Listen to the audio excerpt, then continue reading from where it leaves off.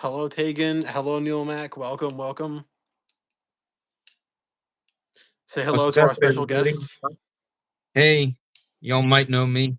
Yeah, Urban Woodsman 87. Cool guy.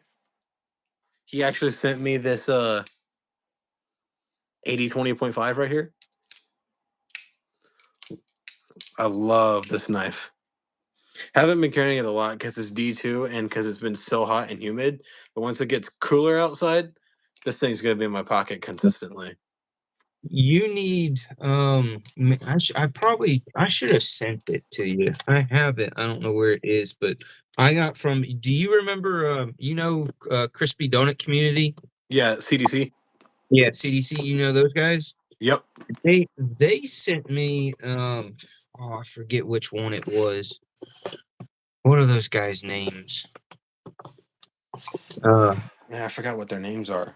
yeah, I'm drawing a blank on my head too, but one of them sent me a little container of like this blade wax, this Yeah. wax that you put on blades, which is great for D2 or all your high carbon steels that you have on your like your outdoor fixies Hmm. typically. Yeah, but so he sent me this paste and I put them on a couple of my tops knives that are in 1095 and yeah, it's been doing a good job keeping those things from rusting. Nice. This is what I use. Oh, rim oil? Yeah, it's just expensive as hell. Yeah, I don't know. How I mean, has that been okay for you? Yeah, I had some. I carried this today, and I sweated on it, and Hmm. it had some heavy rust, like right here in this fuller. I sprayed some on, and it just like ate the rust away, Right, it's all wiped off. surface rust. Yeah, it's for surface rust, and it also acts as a protector. So it'll add a Here little it is. film and protect it. Oh yeah, their blade wax. Yeah, yeah, I have it right here. That's about how much I've used of it. Oh wow, About a quarter of it, maybe, if that. I need to get some of that. I don't know if they still sell it. I Honestly, I don't. I know a bunch of stuff happened with them and Blade HQ because they Yeah, yeah, yeah, yeah. From the whole donut sprinkles stuff. yeah. I mean, it's really sad that, like so many of us, our community is so great as far as getting along with each other for the most part. Hmm. It just seems like when businesses get really big, they get, and this is in general, not just in the knife community world, but everywhere, with everything. When companies get really, really big and their egos get really big with it and they Yeah, end up, just getting very snobbish with certain things. exactly. Yeah, Yeah. they try and find every excuse that they can to be a snob. They're like, no, you can't do that because we've been doing that and we did it first. No, no, no, no. And it's Yeah. like, oh, come on, just play around. It's just for funsies. Uh huh. So, so Tegan, you're wondering what this fixed blade is? This is one that I got on Amazon yesterday. It's like $20. It's Who makes it's that? it's 440C, so it's actually pretty decent for the price. I will actually go ahead and send you the link to it. Let me see if I can find it. Here it is. Uh, let's copy. Let's paste. Send that to you. I do not want Grammarly. I don't know why that opened. Let's copy again. And if anyone else wants to buy it, there's the link to it. Sweet. Mm. Yeah, but it has like this. This is my first time ever having like proper kydex because the stuff that's on my buck isn't actually like real kydex. It's kind of like a It's an FRN plastic type yeah, composite. yeah, and this feels really, really nice and sturdy. Yep. Then I like the knife as well. The design of it. I carried it today, and it's quite nice. Although this ulti clip is way too big. I like that fixed blade. That is your Tops Texas Creek XL. Nice. Yeah. This has been my for years it's been my heavy use outdoor use guy, and I take it camping all the time. I took it backpacking once or twice, and it's actually the knife that's on my tattoo here stuck in that log. That's cool. Yeah. Yeah, so I took a photo, with the camera, took a photo of the valley with the mountains, and then I Yep. took a photo of the knife sticking in a log in a river, and I took both of those photos and, printed them out and took them to my tattoo artist and said, "Hey, I want you to mash those up and do that whole deal with the mountains and the river and the knife and the log." Nice. That's a cool idea. So, Yep. and this guy comes with Tops has some really good quality leather for their Yeah. leather sheets. I've heard that they Uh, have good the, quality. only, the only thing I haven't bothered to do it, but I need to get a dangler for this guy. Yeah. He really needs a dangler because it gets aggravating when I'm camping, when I'm moving around camp, and I go and Hmm. sit down by the fire or whatever, and I gotta worry about it. Yeah.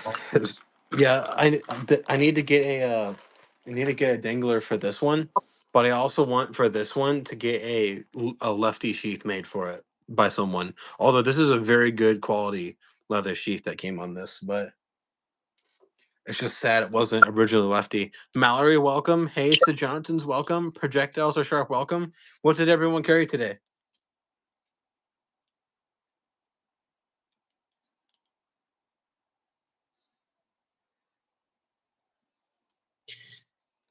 And then one of my other favorites for in camp use. This guy's great. It's the Condor Xero Chief, Nice. and it's just because of its blade shape, it's excellent for food prep. Oh yeah, that would look like it's good for food prep. I absolutely love this guy for food prep. I like that handle shape as well. Yeah, yeah, it's very ergo friendly, I very think comfortable in hand. Like literally, yeah. I've probably spent hours using this thing to dice onions and peppers and Hmm. all that. So those are two awesome guys that I have. Nice. Are they And G10 scales or micarta? they're both micarta. Both micarta. Okay. Actually, the let me look it up. Is the I know for a fact that the Tops is micarta, but the Condor might be um Rich Light. It's Might be either Richland. micarta or Rich Light. Well, I mean, and essentially Rich Light is basically a type of paper micarta. Hmm. It's just got supposedly it's got more antimicrobial properties to it. Okay. So that's kind of one plus to Rich Light. But they both otherwise micarta and Rich Light behave the same way as far as when they get wet or oily. Yeah, Uh, they actually still are super grippy in hand. that's one of the reasons why I like micarta. Yeah, me too. I carry. It bothers me just a little bit. Like some knives I'm okay with it, but for the most part, it bothers me when companies do my Carta for the scales and they polish them super shiny and super smooth. Like you just killed what makes my Carta so great, Hmm. and Yeah, that just bugs the crap out of me. I've seen many knife companies do that. Like I was looking at some kitchen knives the other day because I was curious because I was like I need some new kitchen knives and they had like a polished micarta on them. Don't get me wrong, it looked good, but like especially in The kitchen, like that getting slick in your hand, that's dangerous. Yeah, I just looked it up. It's blew my card, and that's 14C28N on the Condor there. Nice. That's also why I like having this in the kitchen, and because that 14C 14C, is great. yeah, 14C is one of probably my favorite budget steel. Yeah. So then, until I have the Western made, this has been and one of my favorites, if not absolute favorite, um, EDC fixed blade. This is the White River knives. They call the one where they do the G10 handles or the paracord wrapped handles. They call it the backpacker, but the original version of it, which is this guy, where they do a micarta scales, they call it the M1 caper because it's a caper style knife. Okay. Interesting But how they yeah, call it. this thing's awesome. I love like the ergos on it are fantastic. One of my favorite things that they do with having that huge forward choil that's right behind the blade edge is Hmm. they contour that. They polish that choil completely rounded. A lot of companies won't do that. They'll leave that on the sharper side. Yep. They won't smooth round that like that, and that's one thing that I about this knife that I really fell in love with. And the jimping on the spine's really good Yeah. too. I I like like that jimp. myself. I like myself some good jumps. And that's the Kydex sheath that comes with it. And if you can tell, the way the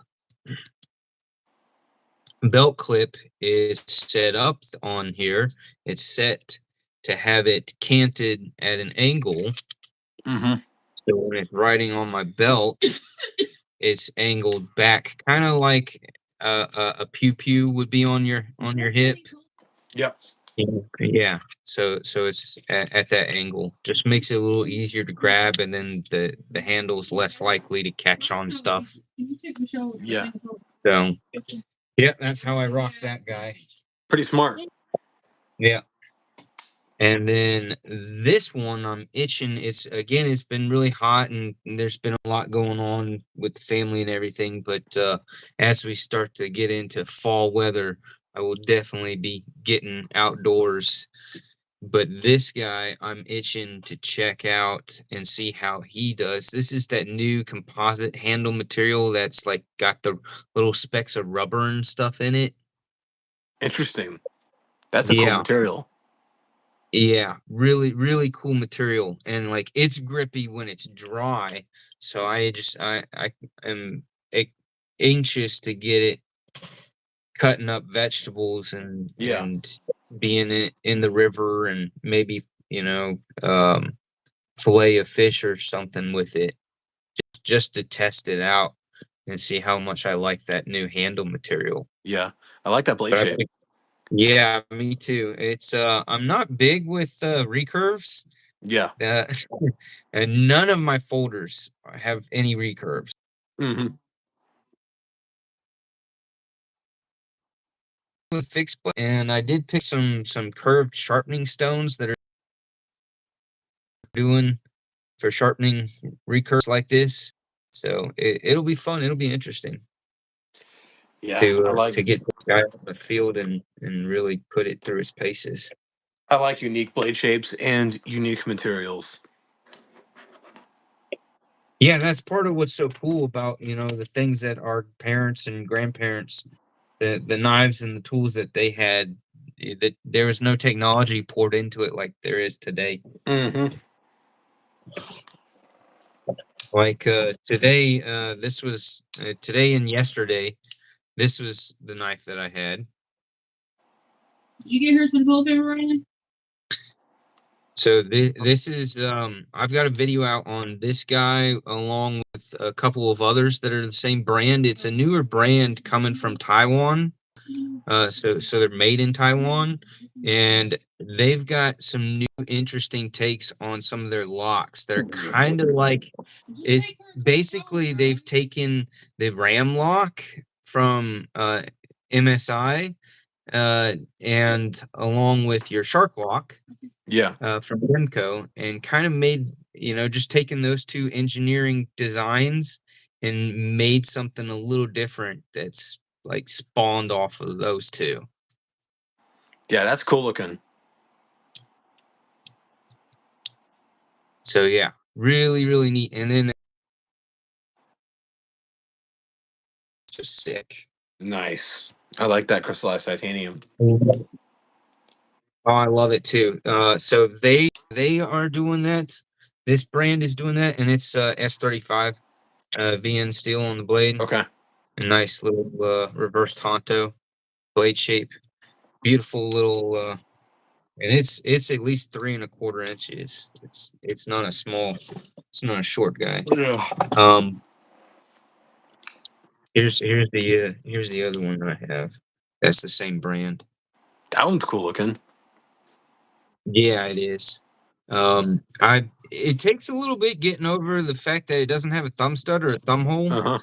I can, because of the pattern that they did there with the Dremel. I can under finger flick it, as well as slow roll it out with my thumb. But it is a little weird not having a thumb hole Mm-hmm. or thumb stud. But they have very it's even different than the other one, the way they did their lock, but it's actually located right here. It's still the same concept of rolling it down. And then actually, instead of sliding down, it rolls. That's Like the cool. little lock piece itself, like rolls down inside the spine of the blade, or of the handle, and that frees the blade up to fall. Nice. So yeah, again, like I saw these guys at Blade Show in Atlanta, and it's just like totally blown by the engineering, and I just thought that shit was so cool. So Yeah. I I, I begged them to sell them to me, because these are just prototypes. So and this one's done in MagnaCut. So, but they're prototypes that they had at Blade Show, and like, I, if I can, at the end of the show, if you'll sell them to me, I really, really want to buy them. So, Yeah. Sounds so good. Really cool. but yeah, I was desperate to get a hold of them. But here's another interesting concept that they put on this guy. You see, with the lanyard hole Yeah. behind it, they did a groove in the titanium. Yep. So that way, the cordage from your lanyard rests in that groove, and so it kind of just helps make it more streamlined, for the sake of, if you're choking back on the handle and using that cordage, it's just that those grooves help keep it all in line and straight like that. Just a neat concept that I think a lot of knife companies could really roll with. Yeah. I think people would enjoy that. If there were more knives that had it on, if there were more knife designs that they went, yeah, let's put this on there, I think they would sell well. Yeah, I think they would too. And then here's my gravity knife from. I like that one. Yeah, this guy's pretty cool. And the one that I picked up has the fat carbon, that's the red, white, and blue. Nice. And then I went and ordered, and I'm gonna go ahead and swap it out now. I ordered, when I got the knife, I ordered the one that has like that lime green with the black. Oh, I like that one. Yeah, so I'm gonna swap that out, because like I saw it online, and I was like, that's perfect for Halloween time. And since we're getting close to the middle of September, Yep. I'm gonna go ahead and swap those out. That's just a couple of little screws. Actually, just two screws right there. See, that's super simple to swap these out. Oh, cool. So yeah, I have to look. I have to go on Remet's website. I bought the whole thing straight through Remet. which is really not a company that has had my interest for the last number of years. It's really just recently that that they've piqued my interest Yep. in some of the newer designs. Their newer models are they're just coming out with really cool stuff. Yeah, I found a couple of their models that I like. Hey, it's the Johnsons. Welcome. What did you carry today? No, no. Sorry, You're all right. kid was asking me a question. Say it again. I was telling hey it's the Johnsons. I was asking him what he was carrying.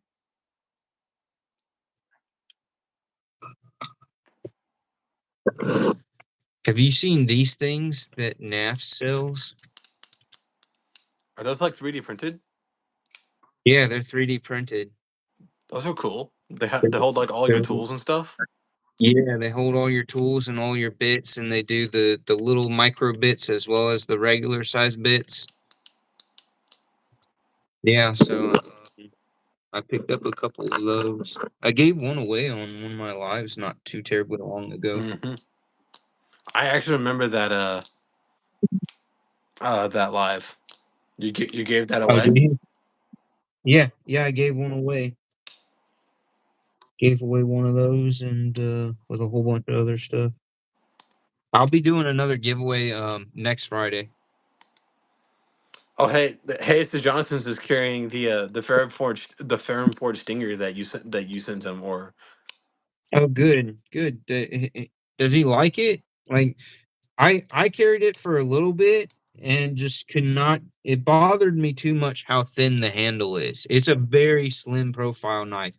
Awesome knife. Absolutely fell in love with the blade shape and everything. It just bothered me. I like a more well-rounded handle. Contoured scales. Is just my preference.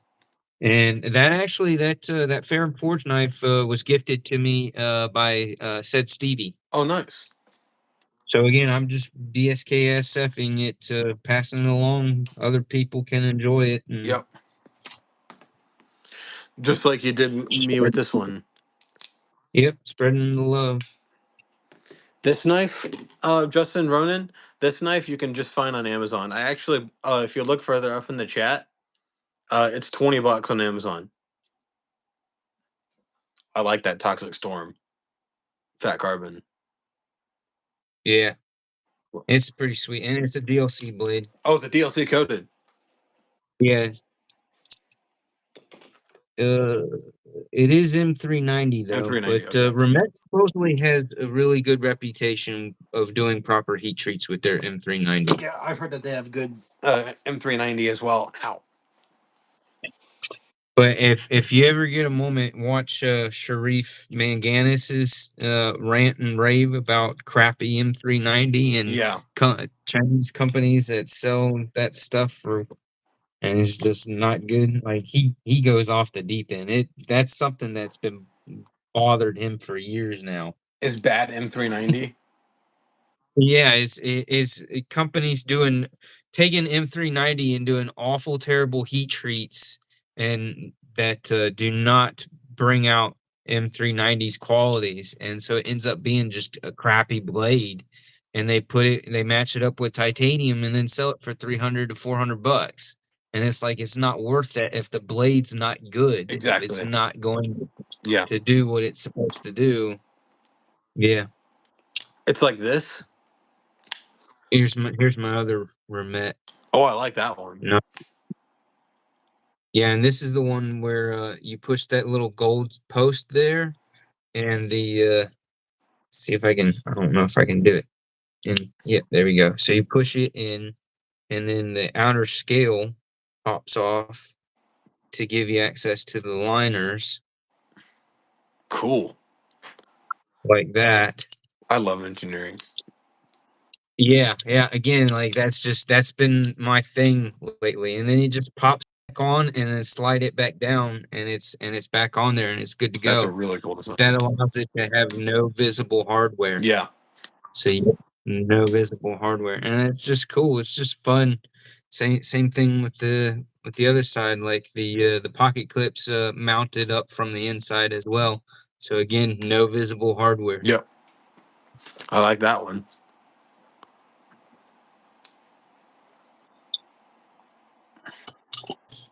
Oh, you've been talking, and I know you've been in other lives in the chat section where others have mentioned the Migron Moyarl. Yep. There's that guy. There's the titanium one. Yeah. That's the titanium one with what's the blades? It's M390 steel. But again, from what my experience with Migron, there's M390s been good as well. Yep. I've I've had I've personally had very few companies that I was not happy with the way their M390 was done. But again, I'm purchasing M390 from companies that are respectable in how they do build their Yeah. knives. And like you can't tell me holding it up here, but the scales are micro milled, so you have lines going one way, but then if you like held it, if you don't have a eagle eyes, Yeah.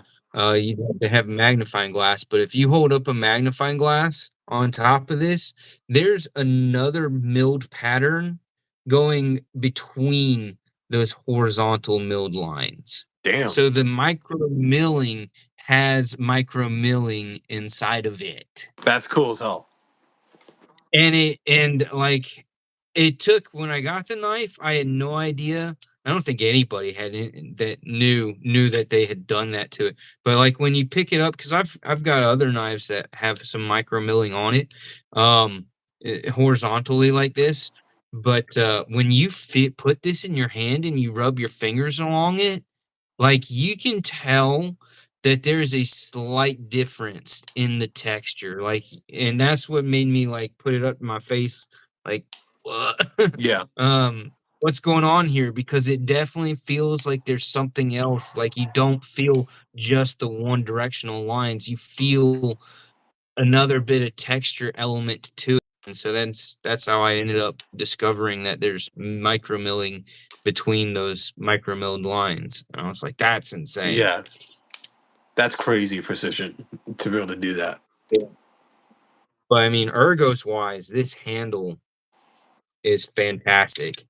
And if you were to sit down and look at my entire collection, probably 70+% of the knot folders that I have some kind of forward choil, like a full-blown usable forward choil Yeah. for choking up. I really like to choke up on my folders and get behind that edge. That's something that is a must for me. So yeah, the vast majority of my folders have that usable forward choil. I wish more of mine had those. The one that I like a lot, they also crowned the inside of the finger choil. Well, I like Yeah. this Giant Mouse Ace Riv because it just fits perfectly in the hand, and you're just right there up on the blade. So like that one a lot. And you're talking about the Asher Oh Spiro yeah. one week. I remember. I wish that they so this is the silver twill with S90V, Yeah. and then they came out with the blue twill carbon fiber. And God, that blue just looks absolutely freaking Hmm. amazing. Like I love the silver. The silver is badass, especially in the sunlight. Um, but the blue is just it pops. And like I wanted the blue scale so bad, but they matched it up with I think a 20 CV blade. Uh-huh. And I prefer the S90V over 20 CV personally. So I just held off, and hopefully he'll do another batch of them in that blue, but then change the blade to S90V. Maybe not. Who knows? I've been looking at. I don't know. I'll have to reach out to him and ask him if he's got any blims Yeah. in that blue, just so that I could get the scales. That's all I want is the Yeah. scales. Here's that Kung Wu I geezer like that one. slip that I've been talking about. Really like that one. Shown. Yeah, it's by far my favorite slip joint that I have.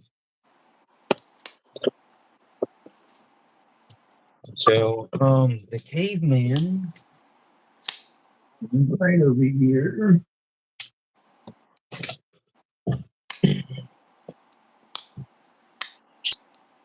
So there's the caveman. Oh yeah, like that one. Yeah, and there's the little caveman dude on the blade. Yeah, you were talking about that in your video about how you like that little caveman. That's like I saw that in one of the photos online and had to zoom in, copy and paste it, and zoom in even more to get a really good up close look at it, and then reached out and asked him. I was like, "What is the knife that the guy's holding in there? You know, is that the caveman knife itself, like, or is that just a generic knife?" Uh, Drawing, and he's like, no, that's supposed to be the caveman. I Cool. was like, that's crazy, Yeah, that's cool. that's cool as hell. Yeah, it is. I've carried it since I got it, so it's been a little over a week, and yeah, I mean, it's a beast of a knife.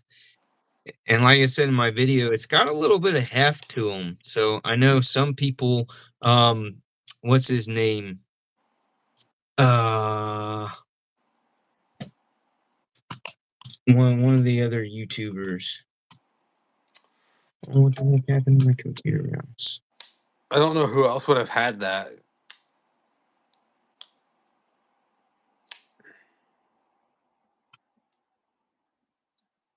Trying to think if I'm trying to think of if I've seen any videos of it. Um, yeah, one of my other buddies has has the caveman as well, and he did his video as well. Um, Sunset. Okay.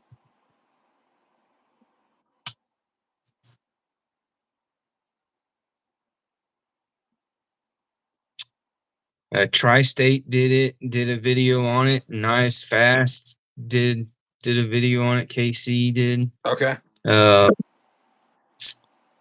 Overland EDC. Never heard of him before. Oh, I've watched a couple of his stuff. Lefty did a did Didn't know Lefty did a video on it. Yeah, his guy, he posted his. See, that's the thing is, the struggle is real as far as those of us with smaller channels trying to get knives in and do reviews on overviews Yeah. on new knives and trying to beat the bigger channels. Uh-huh. And it's like it's always a race who can be the first one. Because if you're like the first two or three people, you get a whole lot more views than somebody who's, like the 10th or 12th person to do a video on it. Yeah, that makes sense. But yeah, no, Lefty, well, I mean, Lefty probably got his from concept possibly for free, but he did his video almost a month ago. Yeah, and the caveman's been out for almost about 3.5 weeks. Wait, so it's a newer design? It's newer, but it's been out. It's been for sale for about 3.5 weeks now. Damn, I didn't know it was that new. Yeah. Cool that that's a new knife design.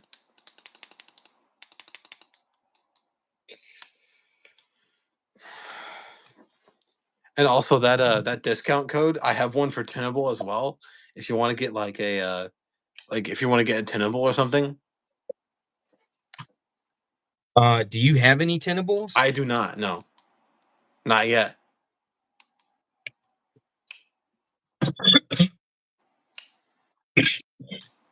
Oh shit.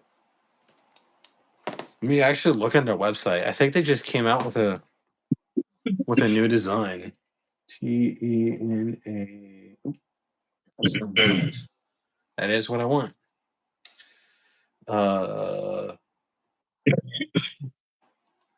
shop. Let's do by collection. Actually, let's just do new arrivals and see. Model 6, Finra crossbar.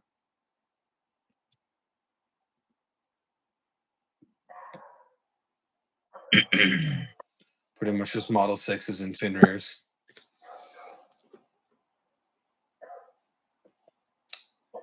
Steve L, welcome. What did you carry today? Skull EDC, welcome. What did you carry today? Do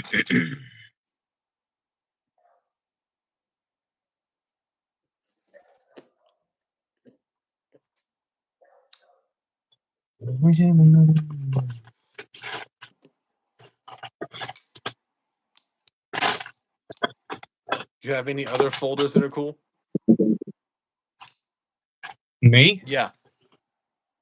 Well, I mean, yeah, but we could go through all of them. Here's one that that's a very classy looking folder that I absolutely love the blade shape on. That I don't think they sold enough of them, and I don't understand why. But it's an Artisan, and it's an S90V as well. But this is a very gentleman's knife style folder, large gentleman's folder.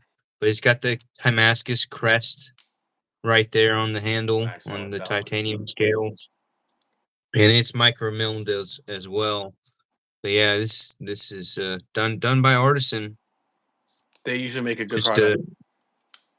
a liner lock, and it's got a very skinny pocket clip. And what's cool about the pocket clip is it is also micro milled. Interesting. And it's got a funny name to it. I forget what the heck they called it.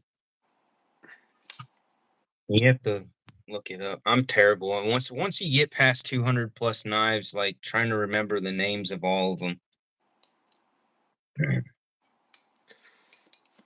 We can both look on the Artisan website to try and find it.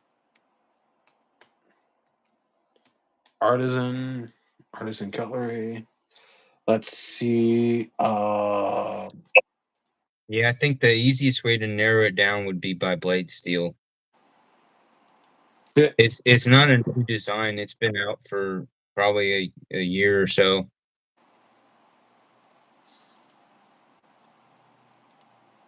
Come on, S90V. There we go.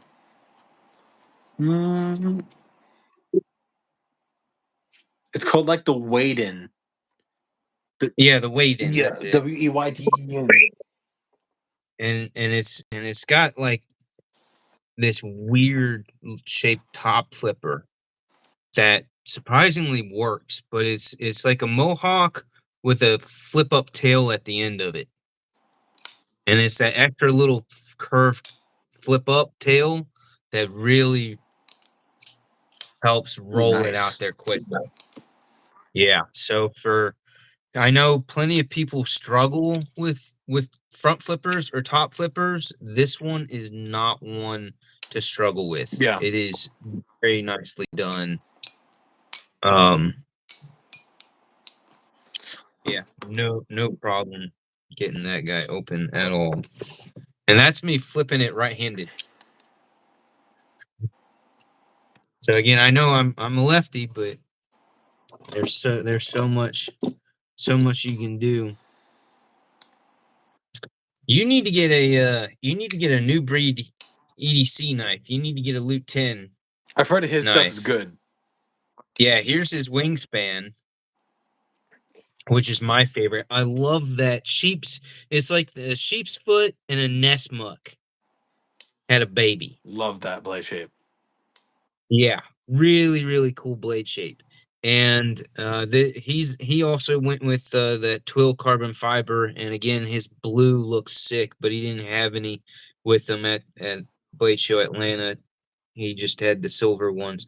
But I love how he did the carbon fiber on the clip there as well. Yeah, that's cool. So that's something new and different that he did that other people are not doing. Is the clip reversible on that? Is it? Yeah, it is. Okay. It's actually the way it's done is it is mounted from the inside and curves up and over. Okay. You see that? Yeah, very deep carry. So yeah, very deep carry. And you can totally flip that around and have it go on the other side. Nice. Here's my baby. Here's my borderline safe queen. My most expensive knife in the collection. The only custom knife I have in my collection.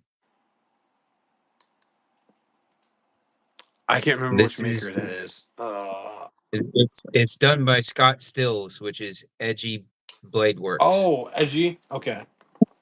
Yeah, Edgy Blade Works. Scott Stills. He is an awesome dude. See, that's his logo right there. Cool. His little E. But yeah, this is the grunt. And it has internally with the frame, there are cuts made to make the frame basically a tuning fork. So when you open this, it rings and tings and you feel it vibrate like a tuning fork does. Oh, damn, that's a cool sound. Yeah. Yeah, it's like there's a tuning fork built into the scales. I didn't hear it that time. Oh, it's sometimes the audio doesn't. Oh, yeah, that's good. I like that one. That one's really cool. So yeah, he's doing that on another couple of models that he's got in the lineup, doing that tuning fork deal, and he's working on a patent on it. Oh, well, he's submitted the patent. He's waiting to get it approved so that not everybody can do it because that is something that's definitely gnarly. And then my next most expensive knife is a Spartan Harsey with the full 4-inch folder That's a cool one. with the Viking ship. And if you check out my video on my channel on this, it's a fun video. At least the intro definitely is. The intro to that video is me standing out in the marsh down here on the coast, dressed up like an awful looking Viking who has lost his ship. And so I do a little comedy sketch there for the beginning of the video on this knife.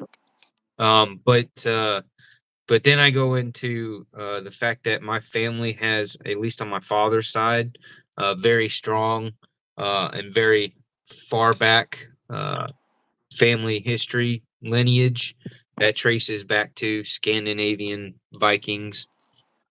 Cool. So yeah, there's some Viking blood in me for sure.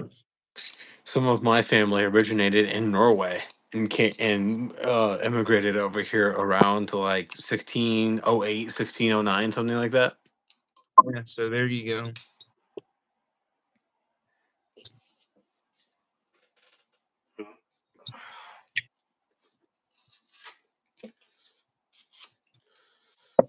Yeah, and then here's another awesome titanium folder with contoured scales that just has a perfect knife blade shape.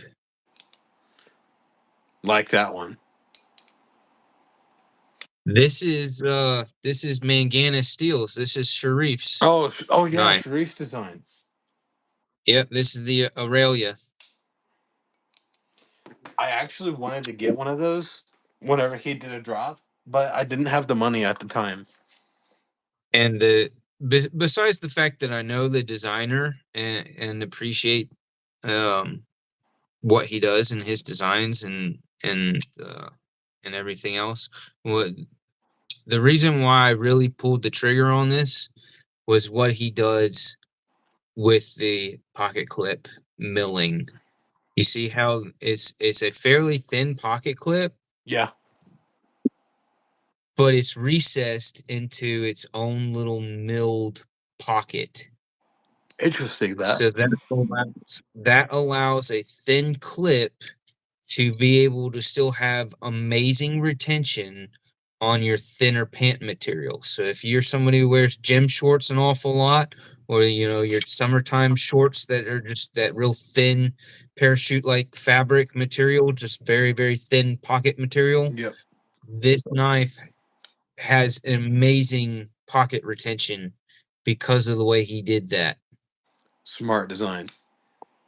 Yeah, well, he's engineer background, so he's all about thinking about that kind of stuff.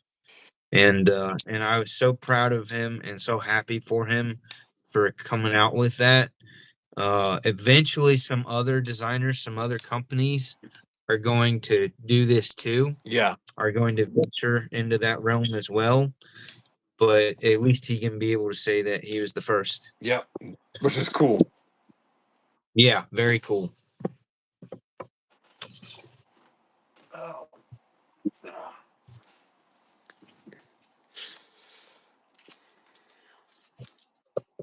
You haven't gotten anything new lately, have you? So I actually, so I got this fixed blade lately. I actually got this earlier today. Oh yeah, that's right. Yeah, I got that's cool. got that. What was the blade tool on it? This is 440C. Oh, sorry, 420C. 420. Okay. Yeah. Not the greatest deal ever, but for a $20 work knife, it's not that bad. Yeah. Well, it's right now it's 17.99. It's 10% off. Yep. Yeah. Good price, I think. I like the brown G10. Yeah. Once I get the Wesser done, Aries will have that set up here, and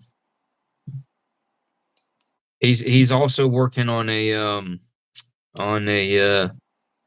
harpoon bloom for me as well, that I sent him some handle scale material. So Wow. the handle scale material that's going on that knife, it came from me. But yeah, so he'll have both of those possibly, hopefully, finished up by the end of September. And don't know nobody say anything, but I plan to go down there. He's about right about 4 hours south of me. So I was actually going to drive down there to pick it up in person, pick up the knives in person, and meet him face to face for the first time. Yeah. Uh, that would be really cool because seems to be a really, really cool guy. Uh, He does seem to be and cool. yeah, most of you guys are. Yep. There are a couple Most bad of y'all. apples. But yeah, so I was gonna kind of just not surprise him, but like, hey, when you're done with the knives, let me know, and let's pick a date so I can pick them up from you. He's like, and rather than you mail them, I'd rather just pick them up in person. Yeah. And I'm gonna make them something round. I'm gonna turn something on the lathe for him, do a little bowl or something, Oh yeah. How did as the as an extra thank you craft show from go? one craftsman. It went all right. So this is my very first time ever doing my own craft show table, my own setup, and selling my own stuff. Yep. So first time ever doing that. My town's not very big. We had maybe around 1,200 people coming through there, so it was a decent turnout. There's a couple bars, and there's a brewery that's downtown there, and then there's a couple of restaurants that generate a lot of traffic, and on Fridays and Saturday nights, and there's usually a live band or two that's playing down there when they do this festival. They do this thing like once a month. Is They call it First Friday, so the first Friday of every month they do the same thing where arts and crafts and small scale vendors can set up tables and sell their stuff. So I did okay. I had about 18 pieces, 18 items Yeah. uh for sale, and I sold 7, which if you thinking about that numbers wise, that wasn't even half. So you kind of want to say that that is not very successful, but the you have to think about what the items are. They're Yeah. rounded objects. They're wood turned rounded art pieces. There's not a huge market for it, and most people price them. So here's one, because I got a bunch. I make them, and I've got things all over the house that are stuff that I've turned on the lathe. But yeah, so something like this. Cool. Yeah, so I make something like this, and I even do, something cool on the bottom, even though you don't see it unless you pick it up and look. But even the bottoms, I do something artistic to it. But and this is made out of southern cedar, red cedar, so it smells really good. Cool. And the grain just looks really, really awesome, kind of pops. That's really But cool. so yeah, something like this took me probably from all said and done, from cutting it off of the branch of the tree that was dead, that had fallen from a storm. That's typically how I harvest all my live wood, is from downed trees and branches from the storms that we get. And then it sits for about 3 to 4 months until it dries out enough to where I can turn it, um, without it warping like crazy or flinging water at me. If you ever put a green piece of wood on the lathe and have it spinning about 1800 RPMs, you get completely drenched. Like, that's how much water is in live Yeah, wood. there's a lot of water. Um, yeah, those trees hold a crap ton of water. But yeah, so something like this, from all said and done to start to finish, takes roughly about 3 to 4 hours for something as nice as this Okay. particular design. Um, the smaller stuff, or less artistic looking designs, take less time. Take Yeah. I think the easiest thing that I can do, that's got some hollowed out to the inside and some shape formed to the outside, uh, takes me about 45 minutes from start to finish. Okay. But then something like this takes me a good solid 3 to 4 hours. So if you can't really price this stuff by time that you invest into it, because then what do you say that your time is worth, what, $10 an hour? Yeah. And it's still sitting at home with no overhead, Yep. you know? Um, so then that thing should sell for 40 bucks, right? Yeah. But nobody's gonna buy that for 40 bucks in my town. Yeah. Nobody's want to spend that much for something like that. It's a funsy art piece.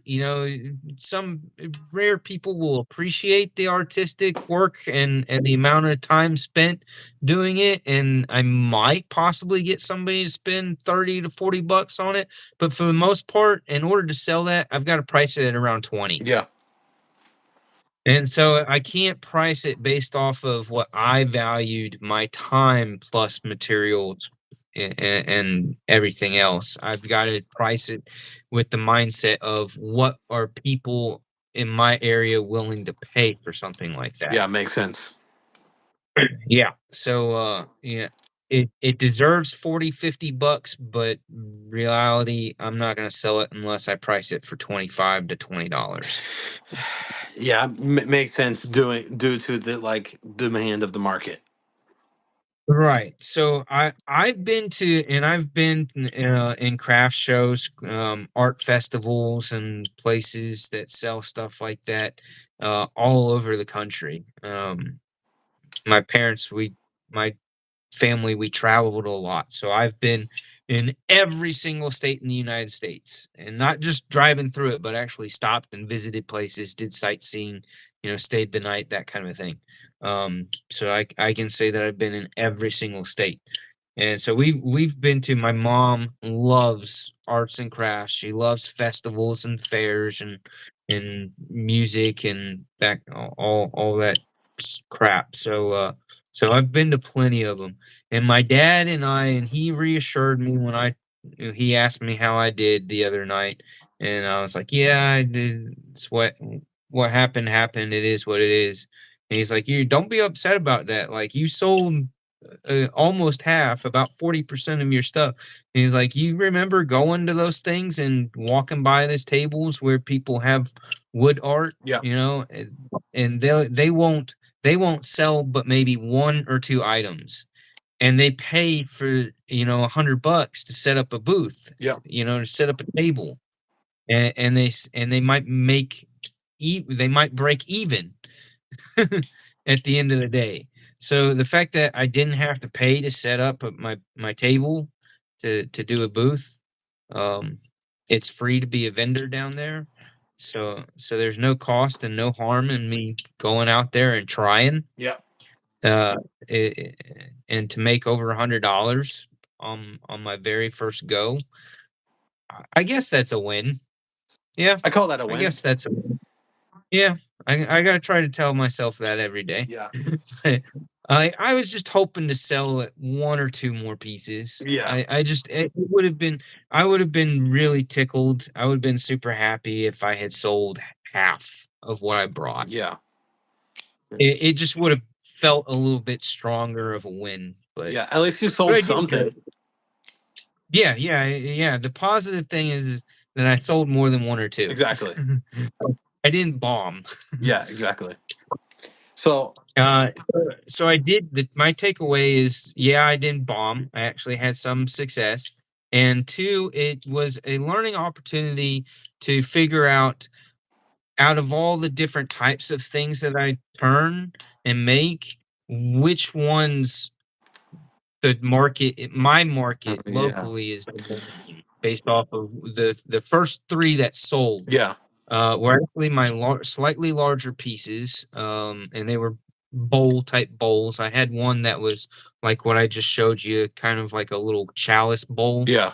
Um, so those are what I need to make. The little smaller things that because I wanted to have ones that were in that $20 to $25 price range, but then I wanted to have ones that were around 10 to 15, and then the ones that were like, less, a little bit less than 10, Mm-hmm. for the idea of somebody walking by who's just not sure, doesn't quite value it the way I would want them to. Like, asking $5 for something is not a big deal. Yeah. Asking for $25 for something when they're kind of on the edge, that's a harder ask. So I wanted to have just a variety in price range of different things. But I guess based off of what happened last night, the demand is there for the larger items that sell for 20 and $25. So Yeah. I need to make more of my slightly larger things. The other thing that kind of hurt me was the fact that I don't have a bigger lathe. Yeah. Because people were wanting even larger pieces than what I had to sell. And I'm like, look, I could do it and I'd love to do it, but I don't have that big of a lathe. Yeah. So It's basically, and it's literally impossible for you to do it. yeah, like my dad has a massive lathe. He has a big wood lathe. He could turn something that's 38 inches round. Oh my God. Yeah. Yeah, he's got a big lathe up at his place. But he hasn't touched it, hasn't used it in like years Yeah. because well, he's had just one project after another, and my mom's always keeping him busy doing things. They have two houses, and so they're constantly going back and forth from one to the other, and then they go on little vacations, trips. They're retired. Yeah. Um,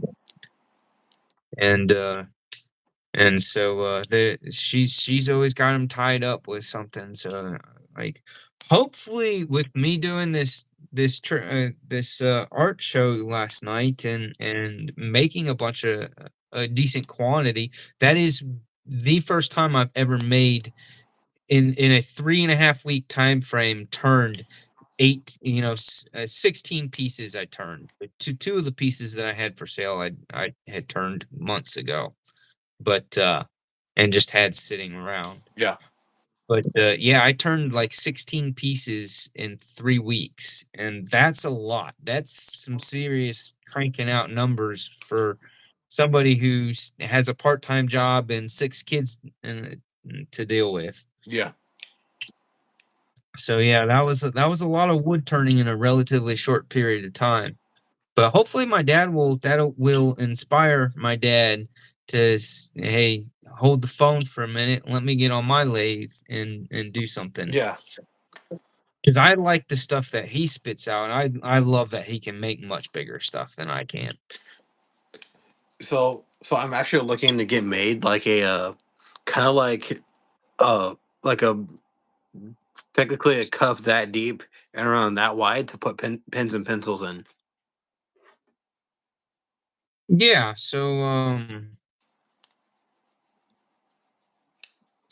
So you basically need like a mug shape. Yeah, not like with the handle and everything. Maybe a little bit. Right, not a handle, Yeah. but I got you. I got you. I can make you something. Okay. Yeah. You want dark colored wood or light colored wood? What woods do you have? Do you have like cherry? Do you have I don't know what I have. You just answer the question: light color or dark color, a darker wood? or I could do a two tone. I could glue some stuff up. No, I don't want you to have to do all that work for something that simple. It's not that much work, and it won't be simple. I'll do a fun design and shape to it. I, I'm fine with just a dark wood. Okay, Yeah. all right. I'll put it on the list, brother. All right. I'll after the live, I'll talk to you a little bit on Instagram about like the exact dimensions that I want. And Okay. then if it's too big, maybe I can scale it down a little bit. The largest diameter that I can do is roughly around 5.5, 6 inches. Okay. And then I can do up to about a foot in length. Okay, it's not gonna be a foot deep, but maybe Right. Right. maybe like What six what you're inches. wanting is gonna would be like 5.5 to 6.5 Yeah. inches in depth. Okay. And then probably around 4 inches in diameter. 3.5 to 4 inches. Okay. Because it's essentially like this is my pin holder that I have. Yeah. Yeah, it's not even wood. It's a revolver cylinder That's look, that's and cool. it's got all of your F701s, uh, zebra pins, Yeah. and all steel zebra pins. That's that's my favorite, relatively inexpensive pin, and I love the look of all steel Yeah. with the holder and then the pins themselves, just full blown steel. All right. Hey Mallory, uh I'm excited to get my knife from you. Oh, what knife did you get from So Mallory? I got the it's one of his CGRB designs. Let me see which one if it's still up Okay. here. Man. Let's see. I'm just gonna have to reopen the slide. MALERY1DSIGNS. Mallory Designs. Um, let's see products.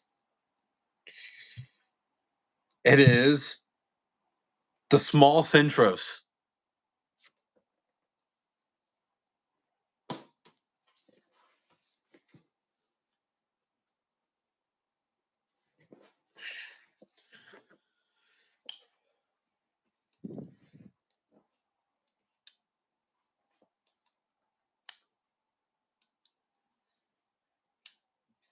Was it the Centrost or another one? I forget what knife it was that my son has, my older son has that's small like that. Yeah, I don't think it was the Centros. I think it was another knife that's somewhat similar in shape Yep. to the Centros that Forrest um gave my son the actual prototype of, and Forrest had actually done some Dremel work on the handle, Cool. on the brass handle, just playing around. Yeah, the Archaeo. Yeah.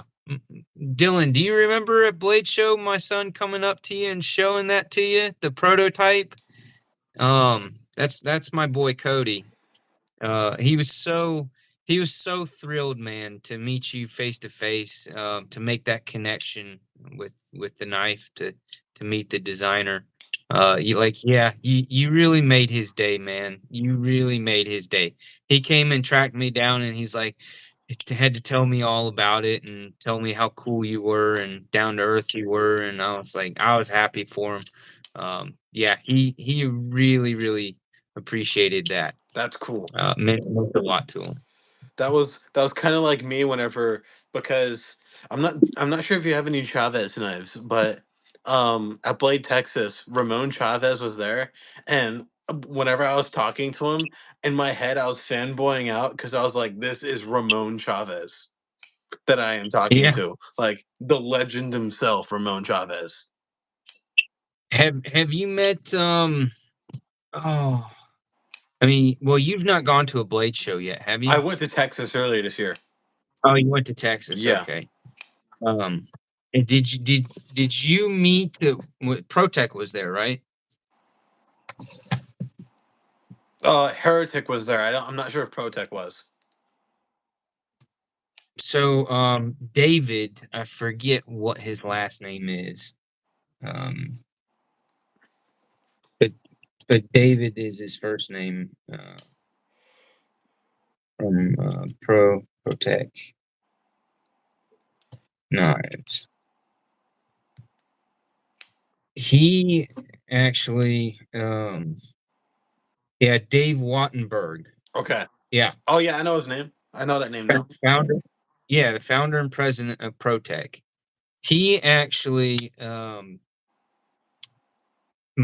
had met him at Blade Show 3 years ago, and I was nobody to him, but Yeah. at the time, but uh, they ended up, Arcform did a collab with Protech to do an automatic Yep. of one of their knives, and I was probably one of the first handful of people to complete and place the order on the first batch of that knife, and got it. And when I got it, I carried the heck out of it for the first couple weeks and ended up having the spring break on me. Oh It man. actually broke. Yeah, it was having some issues of not wanting to stay aligned in its grooves and its position, Yeah. and because of that, it ended up breaking. So I took photos and did a video and sent that all to ProTech, and Dave actually was the one who called me personally and was like, "Hey, I watched your video. I saw the photos. Really sorry, but super appreciate you sending all this info so that we know you're not the only one. We're going to we He's like, I've already got my guys figuring out a better spring, and we're gonna get some replacement springs out to you ASAP. We're Cool. literally like today I'm having them mill the springs. And I'm like, that's awesome. That's That's crazy. Like, cool. talk about customer Yeah, service to that's have, that's customer service right there.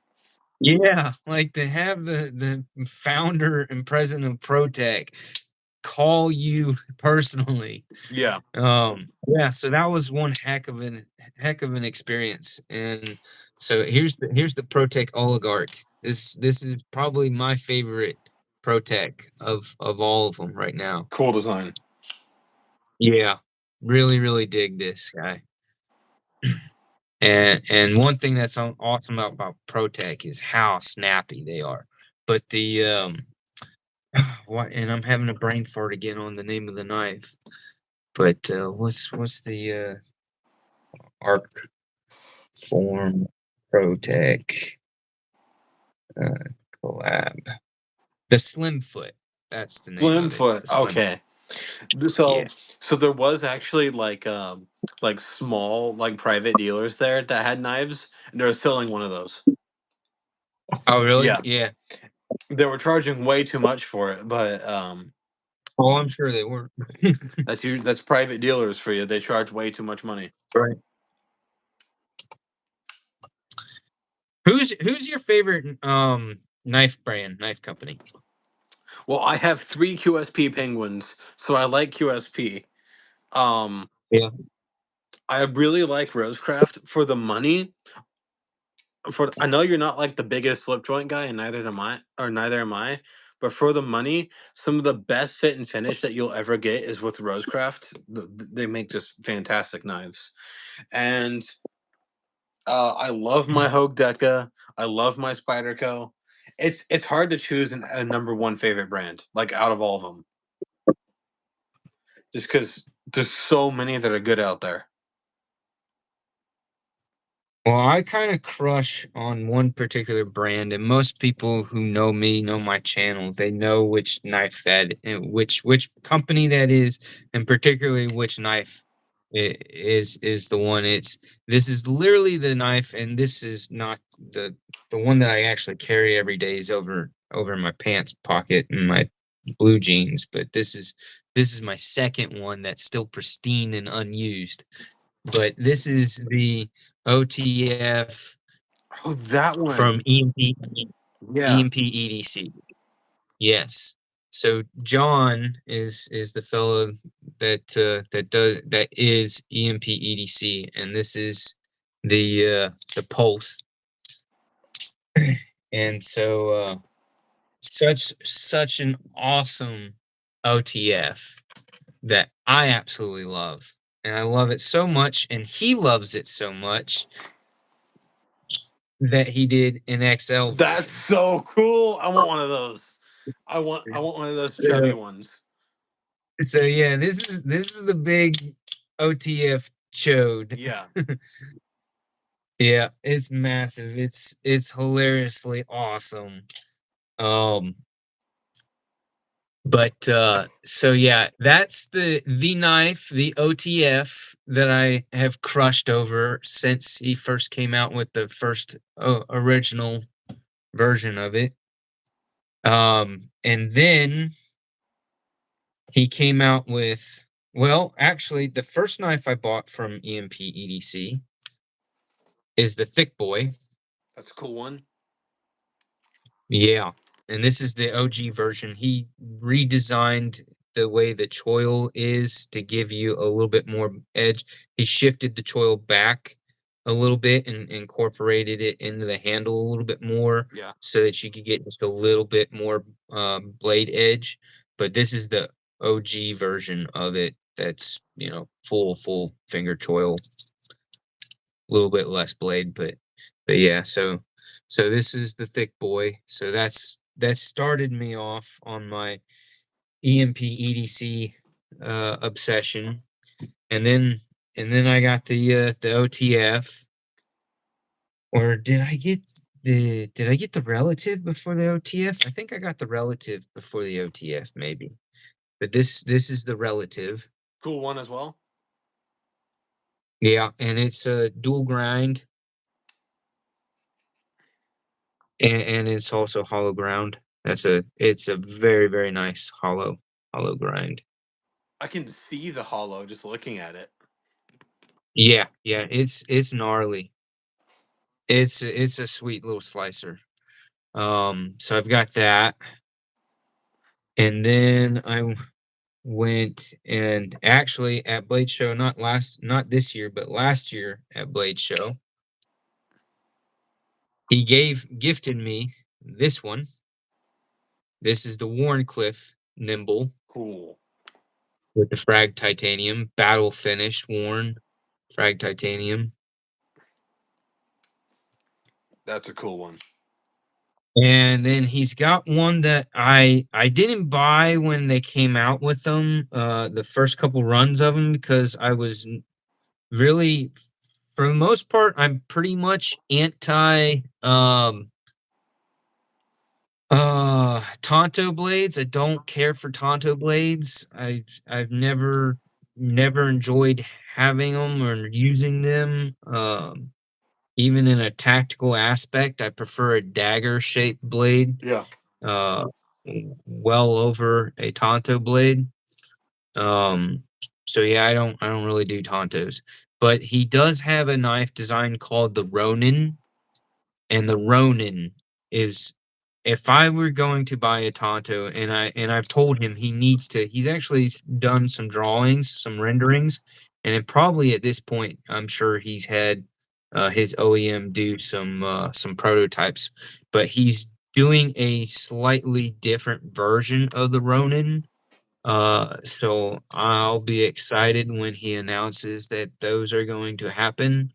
It'll probably won't be until mid to late next year, Yeah. but I need a Ronin. Cool design, Scott. And that will make me happy as far as his collection or his lineup goes and my collection goes. I know one other person that is a bigger EMP EDC fan than me, and that is G-Ball, Yep. Greg. He has almost all of them, and multiples of the nimbles. But yeah, he's the only other guy that I know that is infatuated with EMP EDC more than me.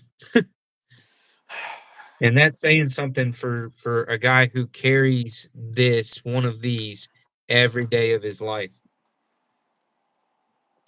Do you have a knife that you do that with, that goes with you everywhere, Everywhere. anywhere? I usually All always have a slip joint on me, and it's usually this QSP Hedgehog. This is I usually always have three knives on me, and it's the Hedgehog. It's this Hedgehog, and two folders. Yeah, well, like literally the pulse that I have since the day I got it, it's been on me every day, with me every single day. Yeah.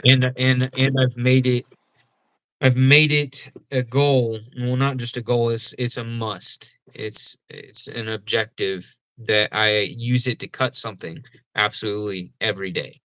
So it will cut something at some point in time each and every day. Yeah. And I hope to do that for a decade. If it will last a decade. It should.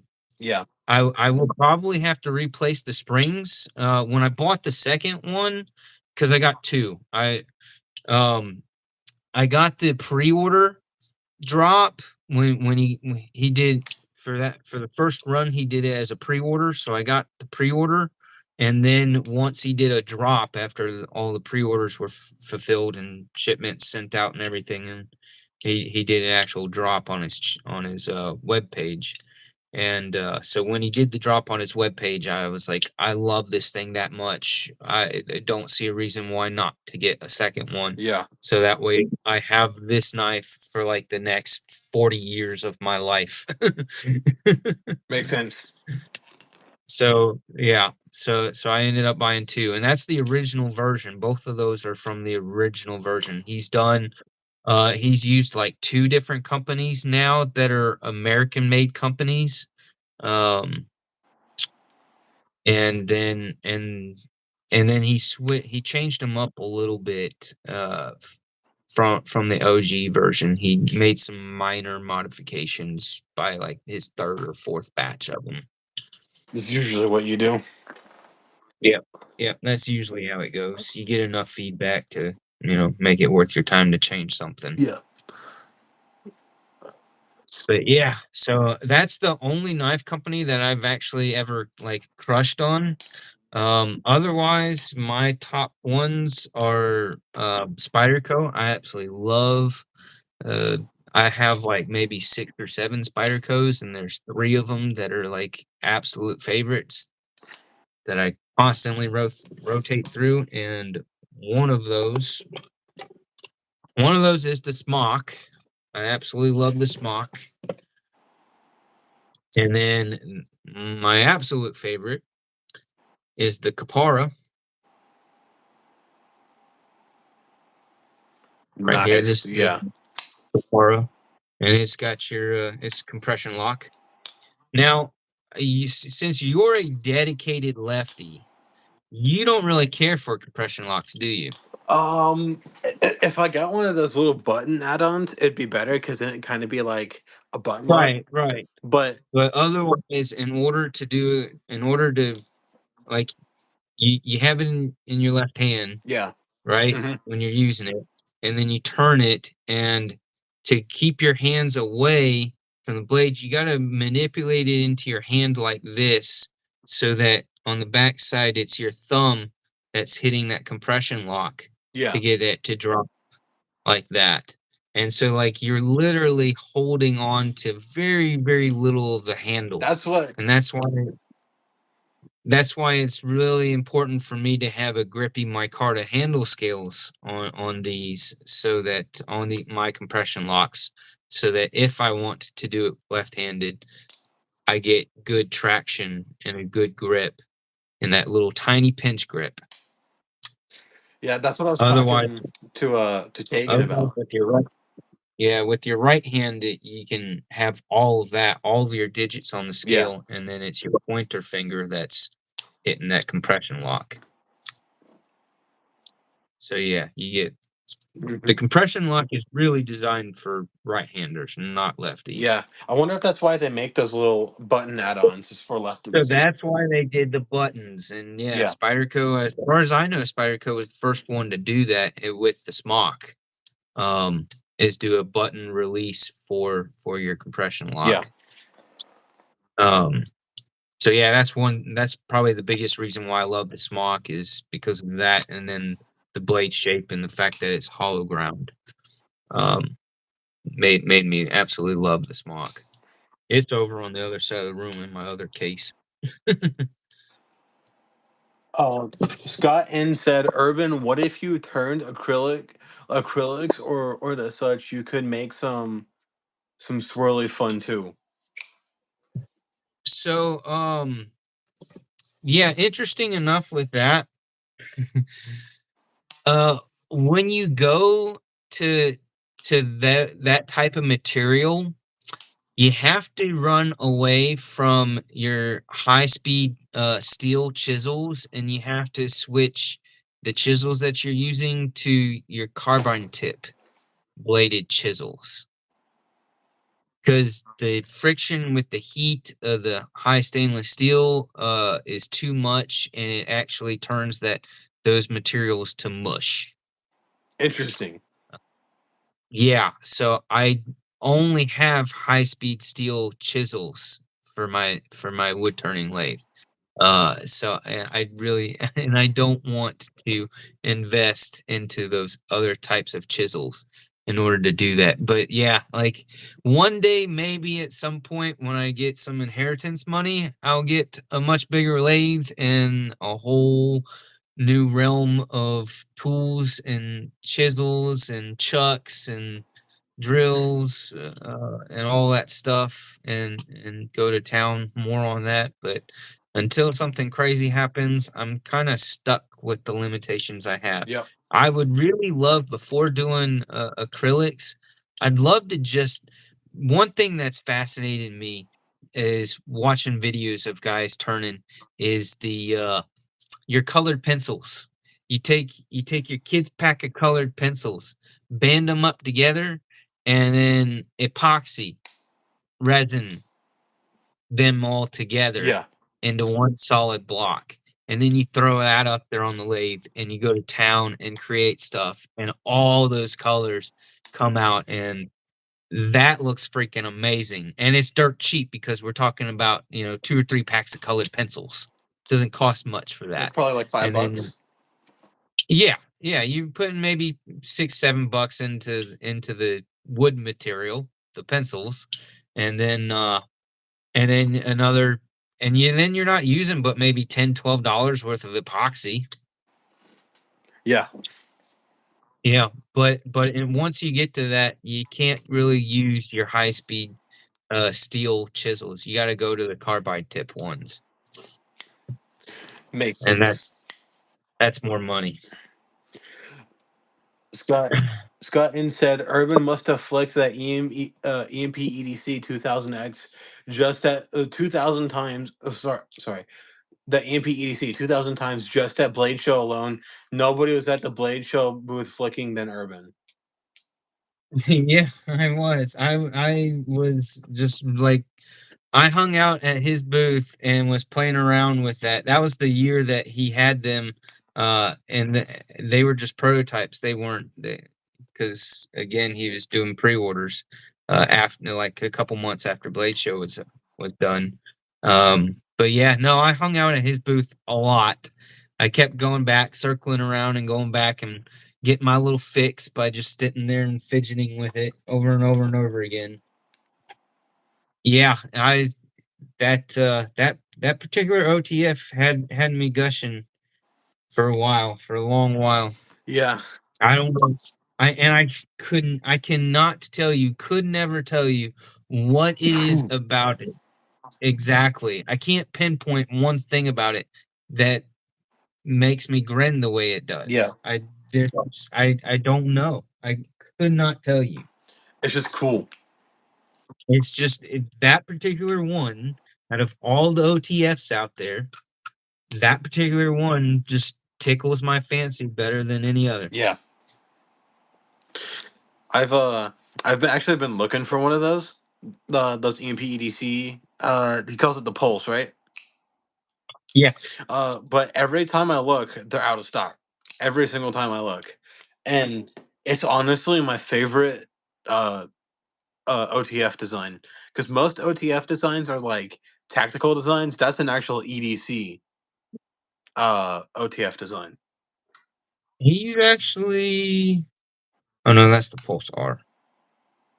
Yeah, the regular Pulse is sold out. and every time I look, it's always sold out. And then every time he does bring him back in another drop, uh, I don't have the money. Yeah. I'll be excited when he gets the new Ronin. Oh yeah, the Would Ronin. you yeah. For the Pulse, would you want the reverse Tonto blade shape, the one that I have, Yeah, or have you seen the Bowie the reverse blade shape? Tonto is the one I get. Yeah, okay. Because he doesn't have either one in stock, but he does have the Bowie. I often forget that he did that blade shape for that knife as well. Yeah, I just prefer.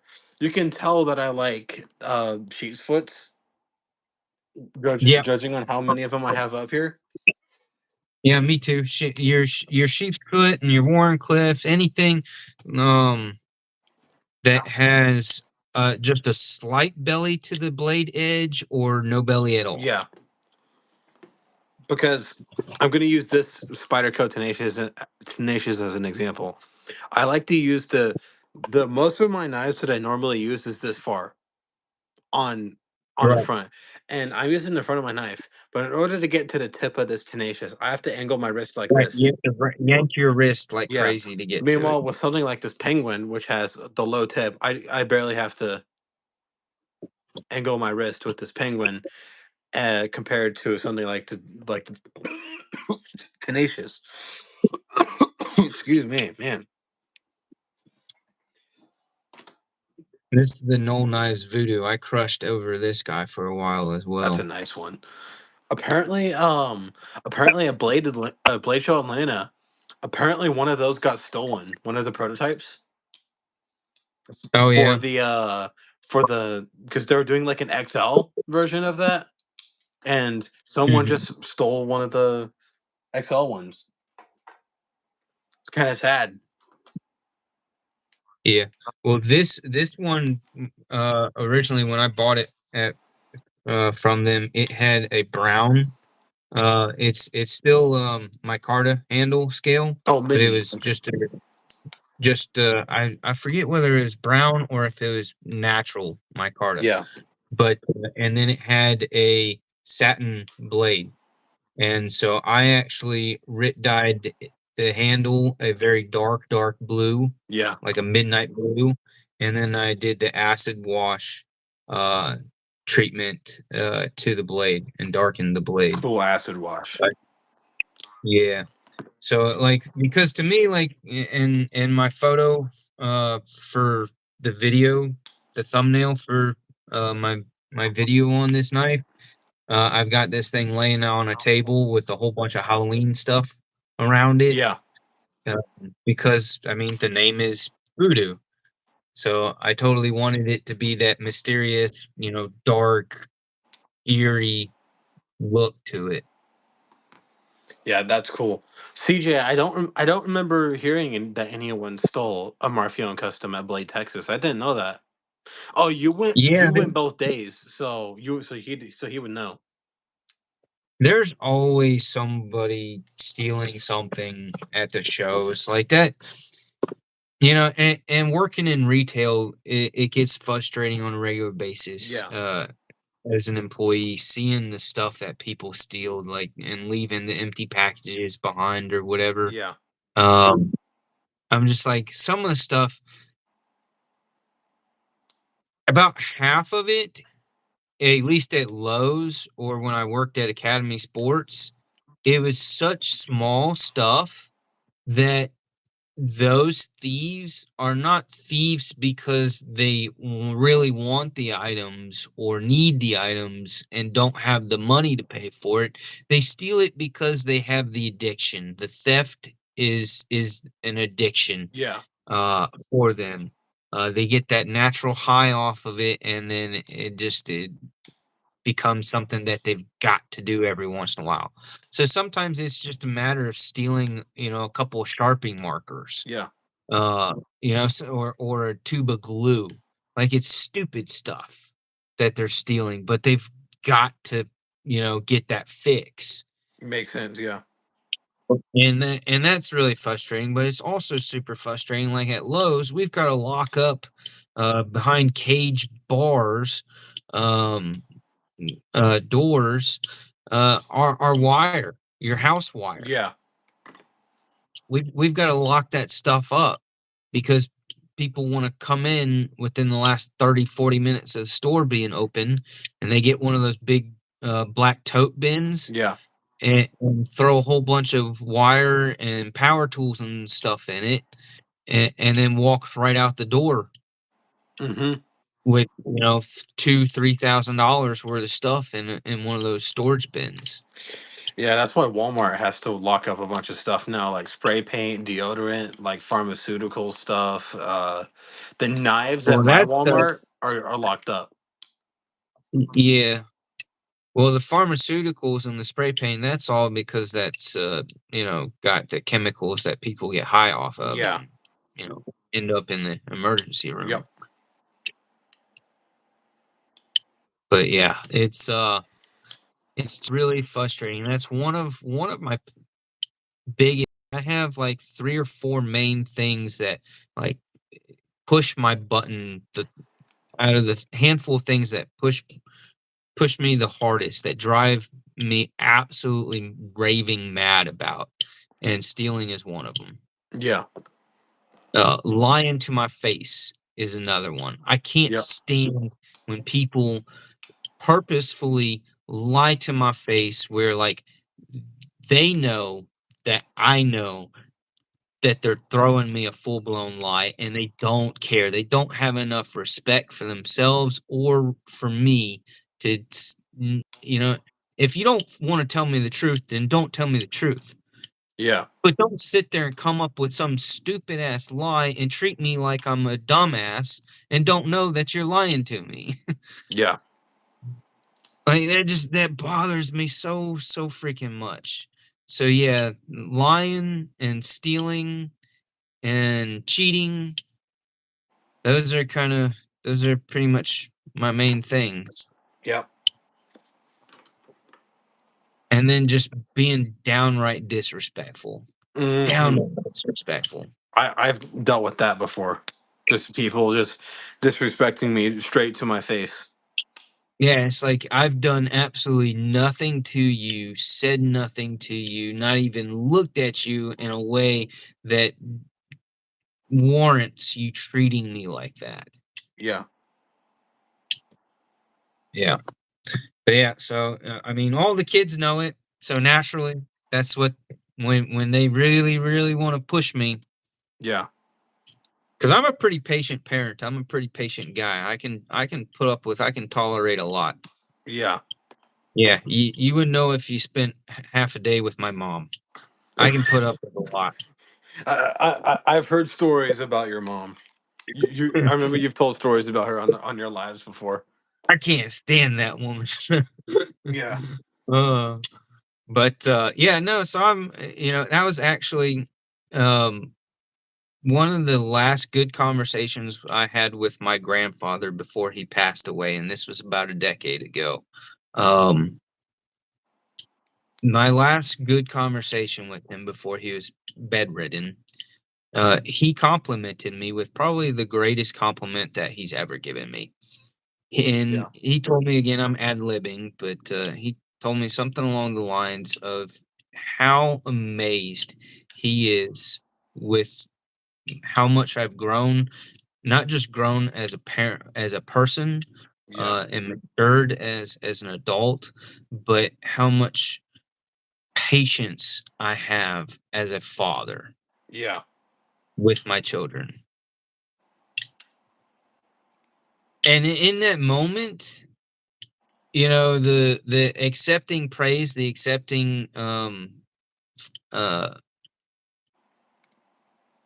thankfulness like that and gratitude, like I'm one of those people where suddenly I become the biggest introvert. Like I do not accept praise and gratitude Yeah. very well. It's very hard for me to reciprocate that back.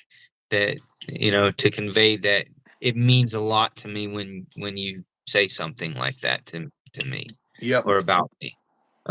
It's very hard. It becomes a very awkward moment. And usually when I find myself in those awkward moments, use sarcasm to kind of like break that awkwardness. Yeah. So when in the moment when my grandfather said that, like my brain went straight to, "You haven't seen me on my worst days." Really Yeah. push my buttons. Hmm. You have no idea how quickly that patience that I've been trying to hold up for the last week is finally cracked. When they finally have cracked me, and I just lose it and go ape shit on them. But Yeah. no, looking back, I'm so glad that I have that memory of him, Hmm. uh, showing, giving me that type of respect. Yep. Having good respect is very important in someone's life. But yeah, it's not always easy losing somebody that you Yeah. care a lot about or was made a big impact on your life. Yep. Let's see. What did CJ say? It was Saturday. Oh yeah, I remember. I was only there on Friday. CJ, remember?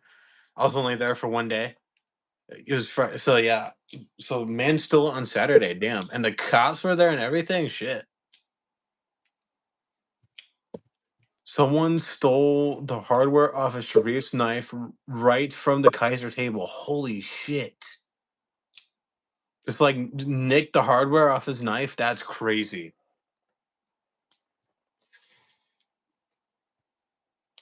Urban keeps it gangster. Don't F around. Don't find out. Yeah, yeah, no. Let's see. What was the last thing I did? Something the other week. One of the kids, and they didn't do it to me. They were like they had a moment where they lost their cool. It was one of my Yeah. stepkids, and they lost their cool with my wife, and went way too far. And I forget what the fuck. I forget what I did, but I did something to get back at them that was just like. super fucking clever for one. Like I was proud of myself for coming up with it. And two, like it was one of those things where like it had a lasting effect. Like it didn't just get them back once, but it rewarded multiple times. Yeah. And that's when like you've won. Yeah. Like If it leaves a not lasting impact, yeah, not only did they learn that lesson once, but it bit them multiple times yep. later on down the road too. Those are the best Um, lessons. yes, those are the greatest, and I tell these to my dad because my dad gets a kick out of it because he's like, you have way too much free time on your Yeah. hands to come up with this stuff. But yeah, um, one of my stepkids, he takes some medication to help stabilize him a Yeah. little bit, and he's one of those individuals that can't stand taking medication, Yeah.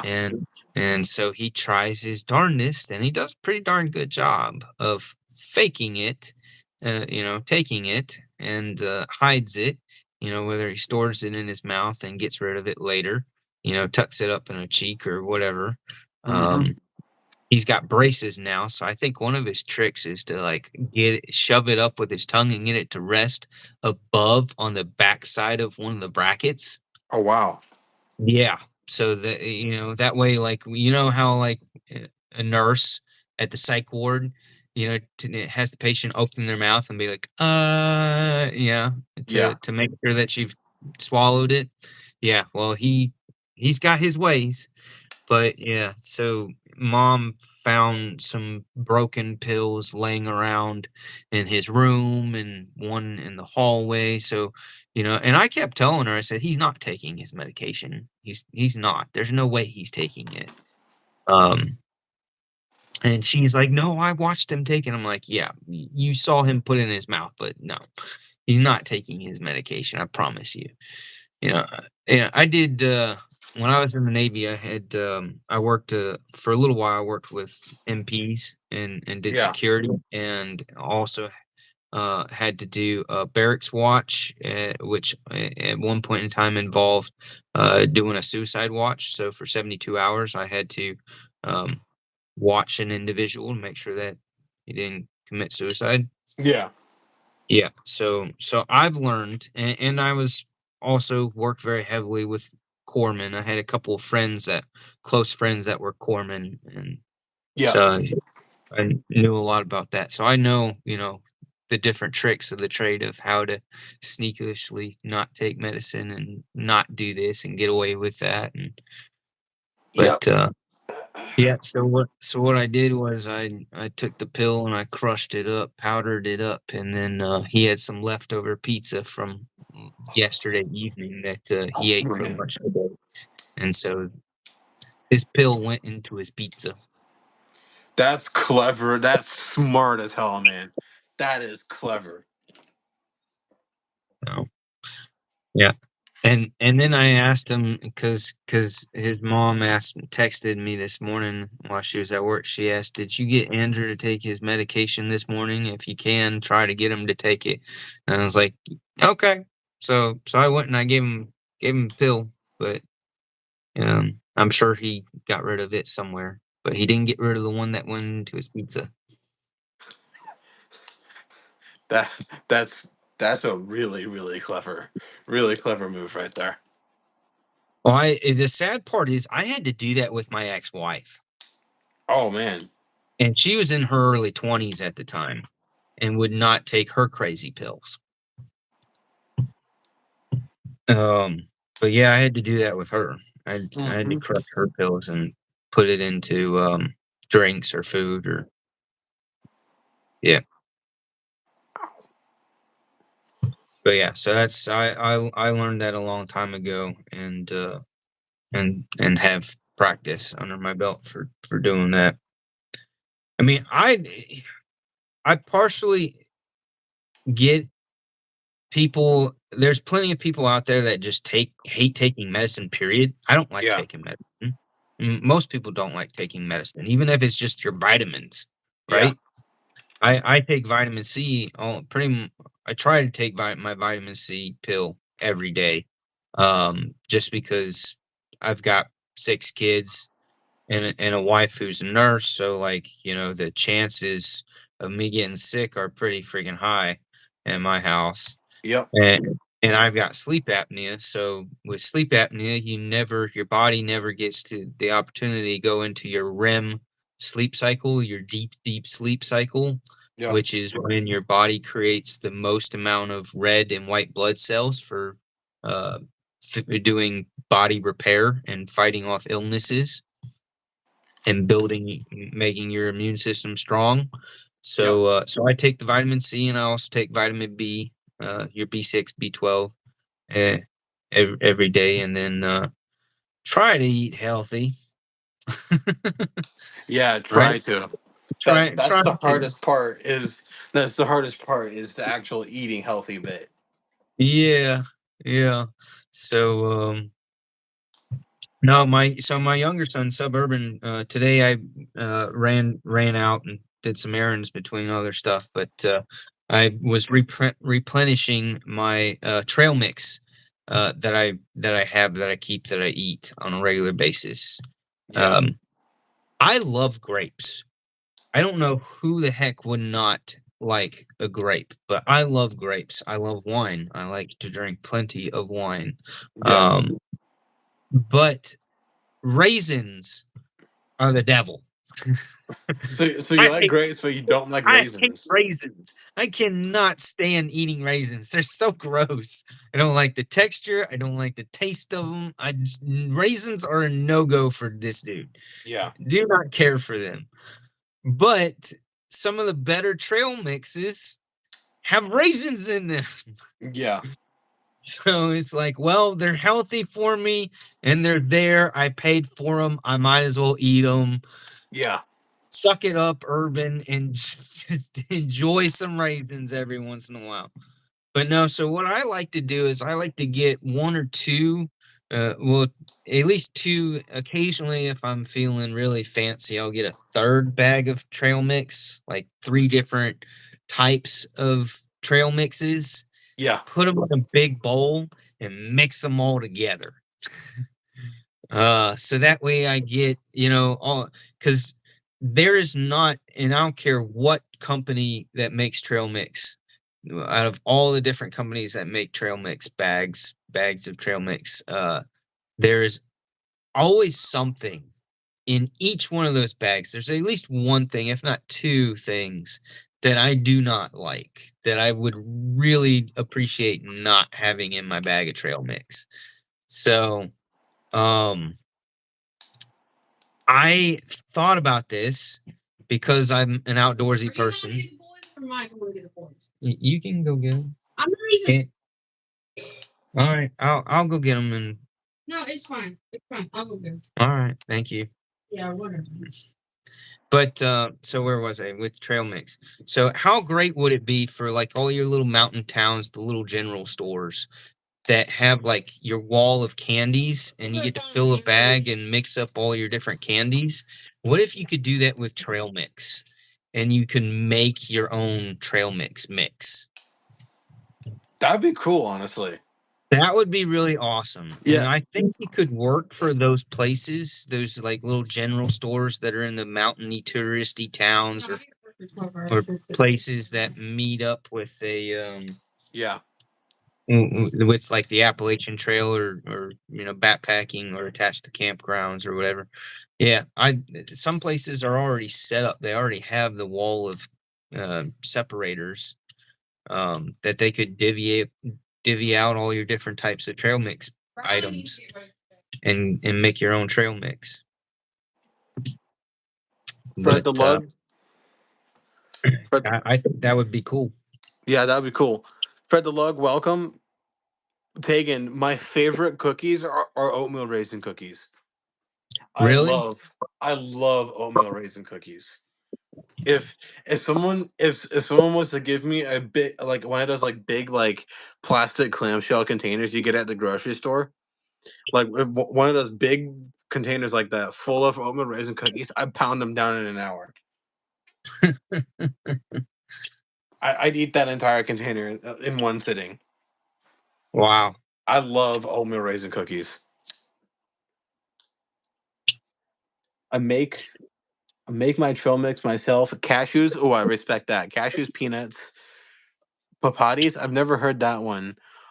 Mom's dried pineapple. Oh, damn. Dried cranberries instead of raisins. Damn, that sounds tasty as hell.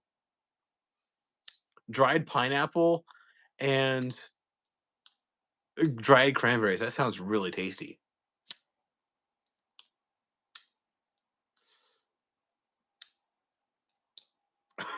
Absolutely not. Eagle Scout and throw hands.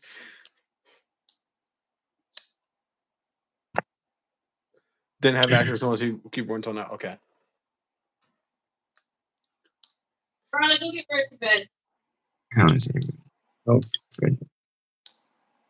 I am doing very good, Fred. How about yourself? And what did you carry today?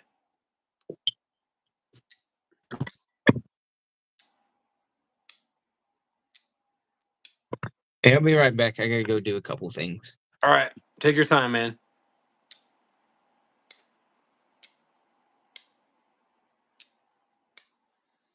Oh yeah, Fred. You'll probably like what I bought, Fred. So I got a Paul Mills is sending me I don't know if it's Paul Mills or it's the Paul guy from that Matisfaction knows. But I'm getting a Migro Moral from him. It is the sandblasted with green G10, and I am getting a CGRB small Centros. Paul Might, yeah, sorry, there we go.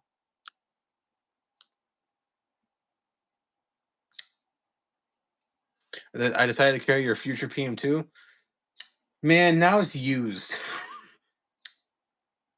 So I got a box of some knives that I had loaned for review since Blade Show. So I was carrying the New Breed Easy Wingspan and Policolo Mini Tuna knives. Are dried and seasoned pumpkin seeds. Oh, okay. Crunchy like a big sunflower seed with toasty flavor. That actually sounds pretty tasty. I respect the cashews though. One of my favorite snacks is just like those big tins of cashews you can get and just like munching on cashews. I know that they're not very good for you, but I love cashews. Man, cashews are tasty. Yeah, I ordered one too, and I am excited for the small Centros.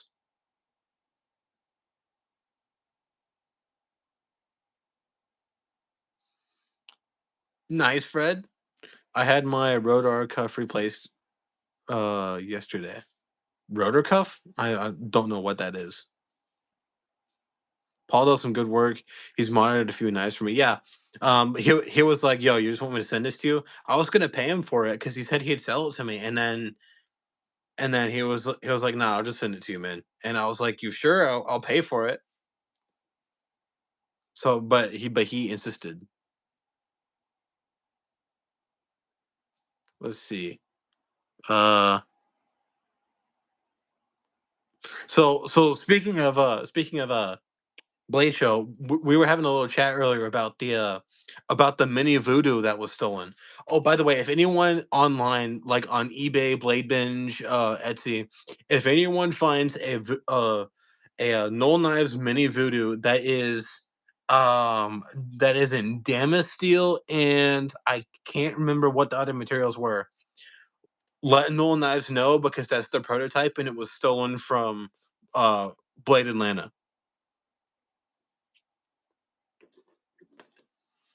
Actually, was it Blade West that it was stolen from, or was it Atlanta?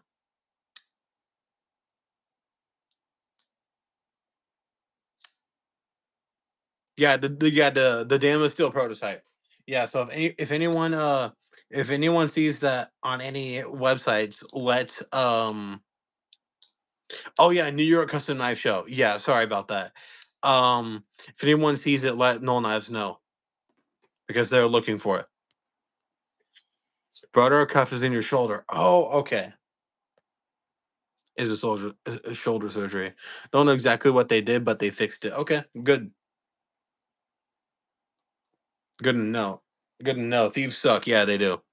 It's like uh, CJ was in here earlier, and he was talking about how at Blade, Texas. I wasn't there on Saturday. I only went Friday, but apparently someone stole a Marfione custom at Blade, Texas this year. I didn't. I didn't know that.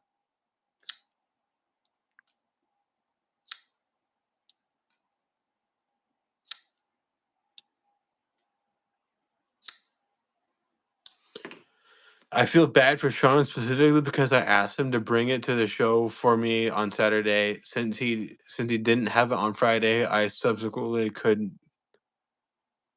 couldn't even come Saturday. Damn.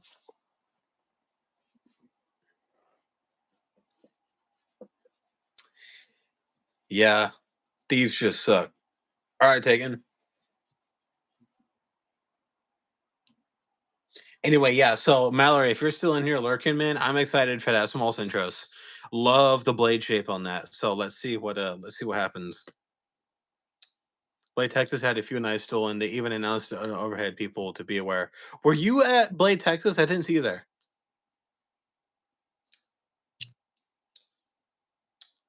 Ah, giant mouse. I have this one. I got scammed on this one, but I still like it.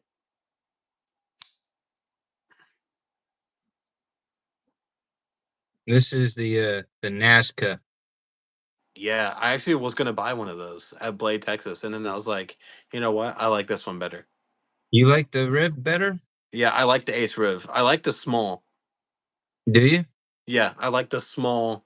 The little bit bigger one that they make, I also like, but this tiny one I like a lot. Hmm. Good ergos? Yeah, I mean, other than especially me with my sausage fingers, my finger kind of rides up on the edge a little bit, but otherwise, yeah, good ergos on this. That Really, surprises me that you didn't go for the access lock of the Nazca. yeah. The one that they only had one at Blade, Texas, and theirs had a couple issues on it, and I didn't want to pay for it for as much. Oh, They were charging like 150 for it, and it had uh theirs had bad terminations with the sharpening control and plunge grinds, okay. and even they noticed it that it had bad terminations on it, but they were still selling it. So Yeah, I was really impressed when I got this. I was really impressed with their crossbar lock. yeah, I feel like they did a better job than Benchmade.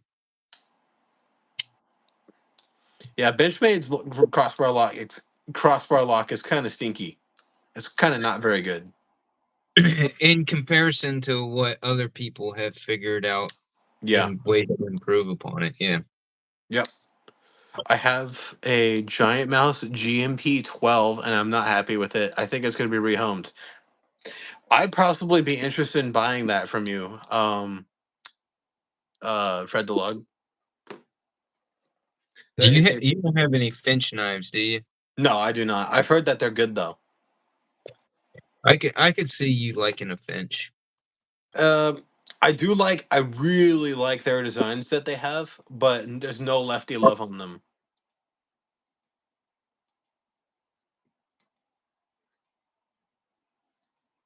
Let's see. Close that. Want to keep that open. All right. Do any of their designs have reversible clips on them? I can't remember if any of them do. I don't think so. No. I think they're all right hand only. Yeah. That But that again, kind of sucks. that doesn't bother me because that's where I keep my folder in my right side pocket. Really? Even though you're a lefty, you keep it in your right pocket? So 90% of the time, yeah, about 80 to 90% of the time, most of my pants, the shorts that I wear and the blue jeans that I wear, they have those extra they're 511 tactical Yeah. clothes. So they have those extra pockets that's between your front pocket and your back pocket. That's for your ammo pouch for your magazine for Yeah. your pistols to go in. So they have those mag pockets. Um, so I love those two extra pockets being on each side. I love those pockets. So my OTF, my pulse goes on my left side in that pocket, and then my phone goes in my front left pocket. So that way the knife that I want to use like on the spot super fast for that one thing that I got to cut open, and then it's right back in my pocket. And then my phone, which I'm 90% of the time when I'm out and about with my phone, I'm pulling my phone out to look something I'm not and then it's going right back in my pocket. So that those two things I want on my left side. Yeah. On my right side, I put my wallet in my front pocket on my right side, and then I put my folder in my front right pocket there with my wallet. And then in my back pocket or in that mag pouch pocket on my right side is where I put my car keys. Okay. And then my rear back pocket is empty for any crap that I want to throw Yeah. in my pocket that I Is- accumulate during the day. Yeah. And then I usually have one of my forced hanks in my rear left pocket. Okay. Cool. Do you have a forced hank? Not yet. I tried contacting him, but he never got back to me. Yeah, those were cool. Yeah, here's the Suck It Gary. It's the Suck Suck It it, Gary Gary. one. Here's a Christmas one that I had him make for me and a couple buddies where it's just got Santa on a Harley. Nice. Yeah. So he did a handful of those for me. My jeans have the Mangana steel one in it, and then my shorts that are hanging up have my the edgy blade works, the two rhinos. Yeah. Yeah. His So yeah. his uh his logo. Yeah. Yeah, so they have that logo. That Hank is in my shorts pocket. So yeah, I've always got one of these forced Hanks um floating around. I emailed just a couple of days ago, I emailed Forrest asking him if he could do some urban woodsman Hanks for me. I'd like to have two or three of these made. Yeah. That'd be cool. But yeah, he hasn't responded back to me, so I don't know what's his deal is. He might just be busy. TC Yeah, Blades, welcome.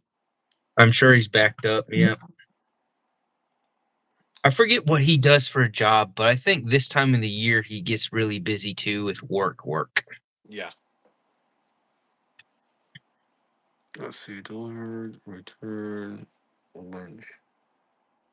All right. Yeah. TC Blaze, what did you carry today, man? And I also don't think I've ever seen you in one of my lives before. I've seen you in other lives, but I don't think ever mine. That logo that's on your shirt would be really cool on a Hank. Yeah, that's my channel logo. Yeah. With the Yeah. axe. Mm-hmm. I'd buy that on a Hank. Yeah, and then the 87, I put that on the blade of the axe. Oh, cool. Yeah. I like that channel logo. It's better than mine. And then I drew the lines here is the going from the mountains to the city skyscraper buildings. Yeah. Oh, yeah. Like the urban woodsman. Oh, I Yeah, understand that. Yeah. Yeah. that's the whole idea. Urban with the urban setting, and then woodsman with the woods mountain Yeah. setting.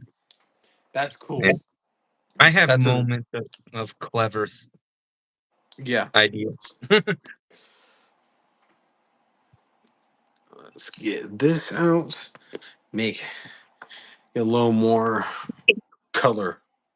Well, Yeah. Tagan or Tagan. How do you say that? Tagan. Tagan. So, Yeah. sorry, I'm terrible with names and words. But yeah, if whenever you sub to, just a reminder, everybody should know this. If you don't, now you do. But when you sub to a channel or even on Instagram, you got to watch or click like on a couple of their stuff. Otherwise, the YouTube algorithm will unsubscribe you without you even knowing it. They don't notify you, and they don't notify us channel members that you've unsubbed, or that they have unsubbed you without your permission. So you always have to watch a couple of things and click like or whatever Yeah. to make sure that it stays. Oh, TC Blades carried the North Mountain Blades Echo and Purple Flow Carbon. Nice. And Holt Spectre. Oh, yeah, that's a nice carry. Uh-oh. Uh-oh. Oh, we're good. Oh, we're good. All right, can All right, someone can drop someone his drop link his real quick? real quick? I'm doing it right now. Whose link, Urban? Whose link, Urban? Mine, yeah. Oh, Oh, your audio is your really audio bad. is I can really hear bad. I can myself. hear myself. And you're very, And very, you're very quiet. very quiet. Me? Yeah. Yeah. I don't know why.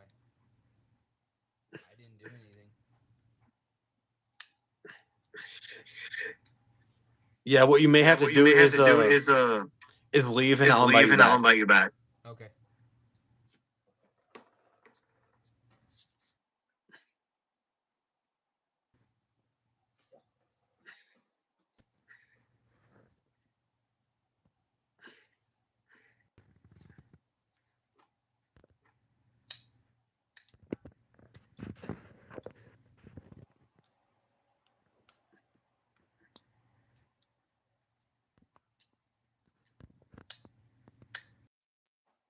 Okay, there he goes. All right, now let's copy this.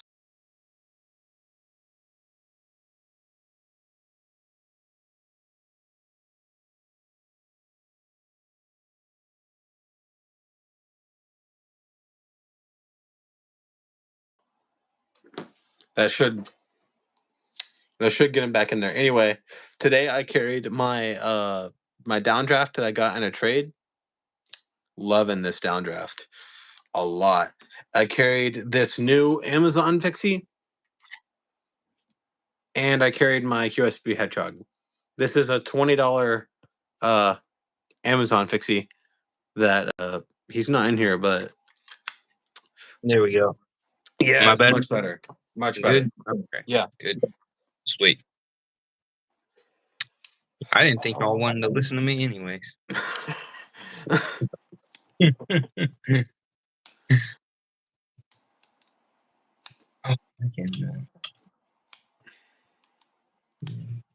It has been done, Urban, said Tegan. It has been done. Yes. Okay, good. Yeah. Thank you. Appreciate it. Always. I'm not a big channel. I never I actually started my channel. I started for outdoor camping and backpacking gear. That Yeah. when I initially started my channel, that was what I was going for. Yeah. I had no intention, what was it, like 8 or 9 years ago? I've had my channel for that long. Isn't that crazy? But I Yeah. had no intention of it becoming a knife channel. And it really isn't a full-blown knife channel. I've got outdoor stuff, knives, and then woodworking. Yeah. So that's what I do. I like your content, by the way. Your content's good. Thank you. Yeah, I'm trying to, again, now that it's, hopefully we cool down a little bit more. It's not so stinking. It's like 98 degrees today. Yeah. But yeah, when it cools down a little bit more, I gotta take some time, take a weekend here or there to get out there and do some outdoor content. Mm-hmm. Yeah. Tired of doing stuff in the house or in the workshop or in the backyard. Yep. Just like go in outdoors and do stuff. Yep. I need to go backpacking. I want to go backpacking. Yeah, I And don't and know. I think I'm gonna take my daughter this next time. She's been asking me to go. She's a bit of a tomboy, so she's always like, "You always take the boys. You always take the boys. I want to go. Why won't you take me?" And Yeah, like we do camping together as a family, but for backpacking, I've only bothered to take the boys. yeah, And so she's actually a little more recently shown interest in going herself. It's good. So that'll be fun. yeah, Maybe, I guess. yeah. Maybe. I don't know. I don't. She's a Girl Scout, but she don't. Yeah, I don't she was when she was a little kid, when she was 4 or 5 years old. I always had to keep a really close eye on her because she would just wander off. She'd yeah, just like nonchalantly just go on her own stroll without a care in the world, and her brain being in her own little world. And yeah, it's just like you'd look up 5 seconds later and like, where the hell did Zoe go? Where'd she go? yeah. Shit, gotta go find my kid. Yeah, my dog would stick around better than she did. Good dog. Yeah, he's my best behaved out of the whole bunch. He does the almost no back talk from him. Just loyal. Yes, very very loyal, relatively quiet.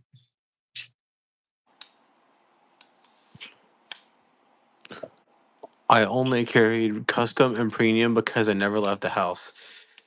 Yeah. Pretty much everything I have on the table I carry. Other than some bad ones like this. I don't carry this ever. If anyone wants to trade for this, I'm trading it for like $60 value, $60-$70 value if anyone wants to trade for it. I mean, it has a okay edge on it. Master Sergeant, welcome.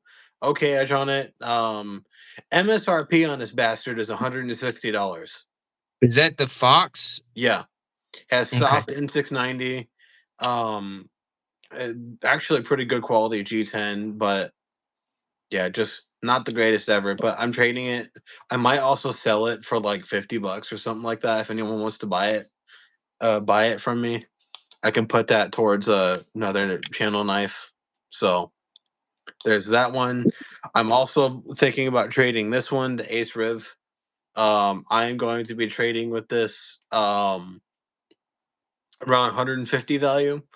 I paid 195 for it, but it's only worth 150. Like everywhere else, I find it so around 150 value. So I'm going to lose money on that one. Um, Why you want to trade that one? I thought you liked that one. I do like this one, but if someone could give me a better trade for it, then I would then I take the trade. But I do like this little one. For me, the main problem with it is the access to the lock bar. You really have to like dig your finger in there to get to the lock bar, which is Why don't you use a Dremel and just work away some of the material on that side? I actually have these. These are really made for model kit building, but I have like these sandpaper, like sanding sticks, and I could sand away uh some of the scale right there too. Oh, I take an actual electric Dremel. I do have a Dremel, so I could use that.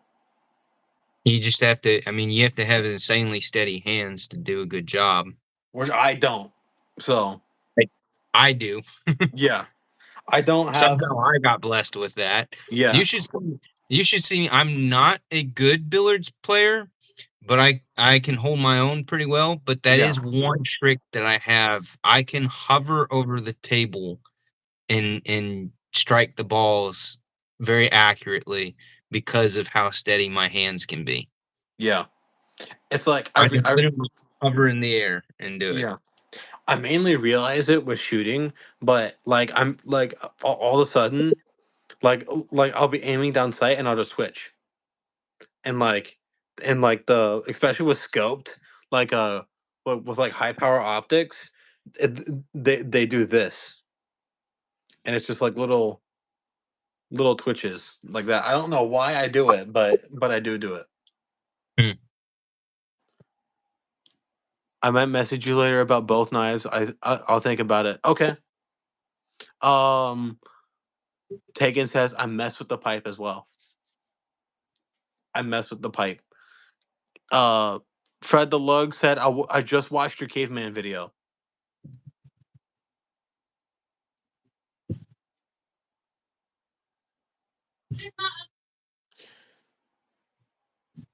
Chasing Apex, bruh. I used to smoke pipes.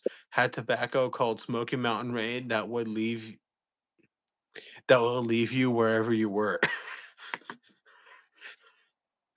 Funny.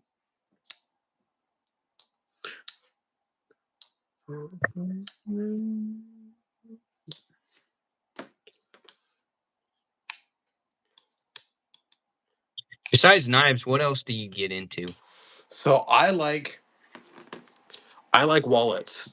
This one, oh come on, man. I'm actually gonna take my ID out of this one. I'm going to take this out as well. All right. This one is made by Carhartt, and it's like a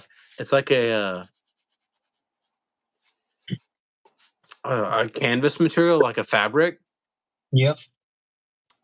and this is honestly the best wallet I've ever had. And I had like a nice, like actual leather wallet. This is just durable.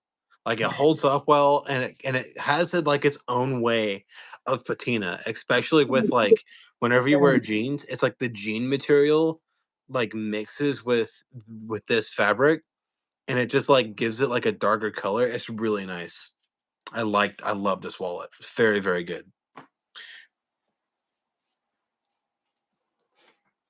You can put all this back in it.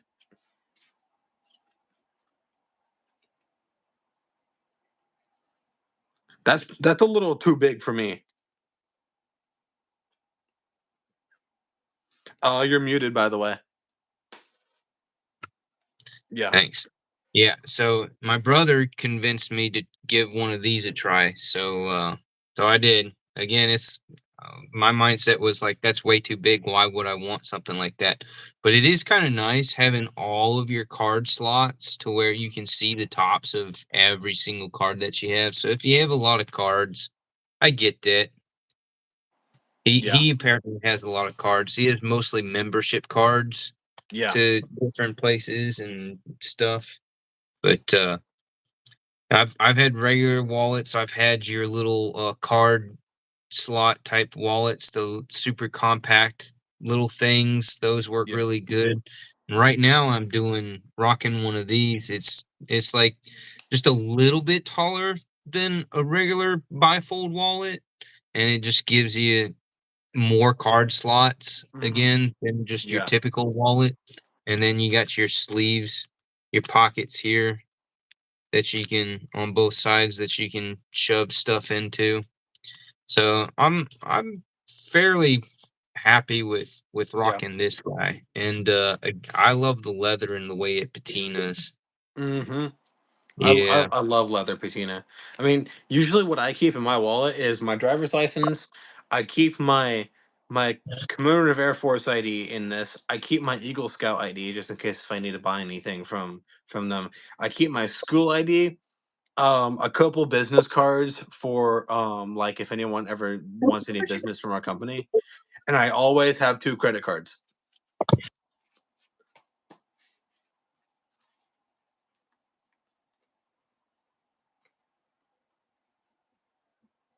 Let's see.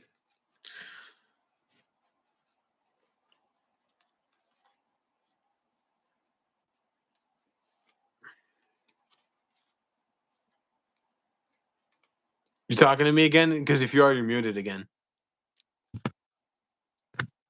No, I wasn't talking. I was just Oh, showing. okay. I like that tray. Mm-hmm. That's pretty cool.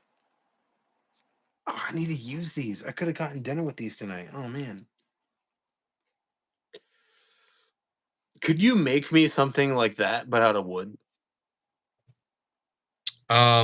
Not that large. Yeah. Well, yeah, I could. I could use the Dremel, or not the Dremel, the router to hollow it out.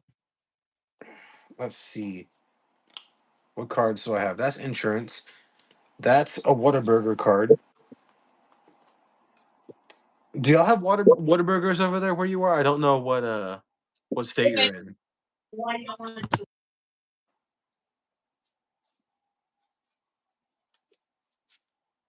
Hold on. I will look.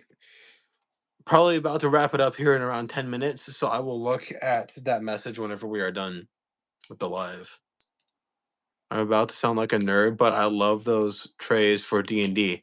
Oh, and Warhammer games like rolling dice in. Oh my god, I play Warhammer. That's also something I do. Said Stevie, welcome, man. Uh, but I do Warhammer. And though having those trays to roll dice in is fantastic. Oh, I like that one.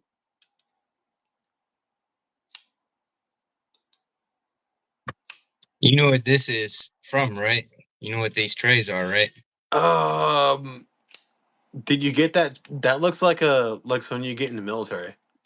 No, it's your school lunch tray. Oh, it's a school lunch tray. Yeah. I don't remember having trays that. I remember I had the metal trays in whenever I was in public school. I had the metal ones, not the plastic. That's Yeah, cool. yeah. Lancelot Leather is the fella that does these and does the leather inserts. That's cool. Send me the link to that.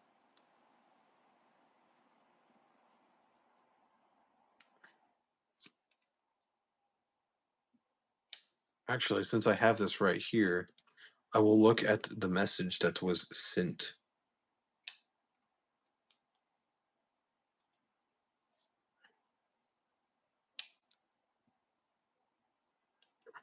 Did you say?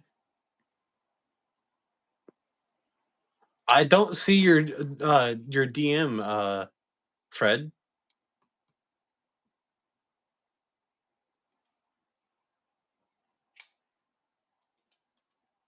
I need to start follow back. Ooh.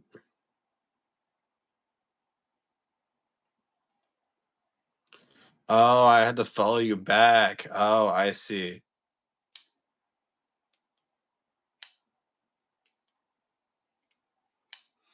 Oh, 375, that's a lot. Fred, if you're still in here. I don't have that kind of money to spend on that right now. But I do like that knife. That knife is cool.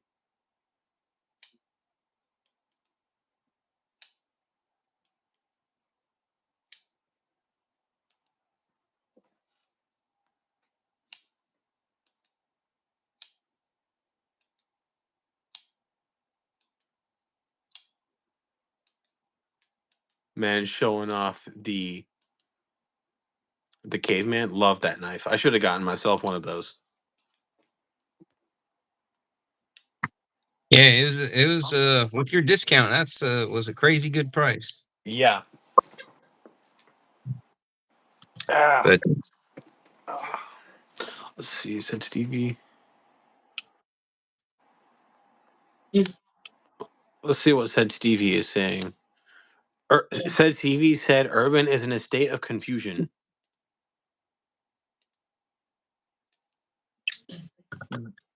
because my brain's going 1,000 miles an hour all the damn time. Yeah.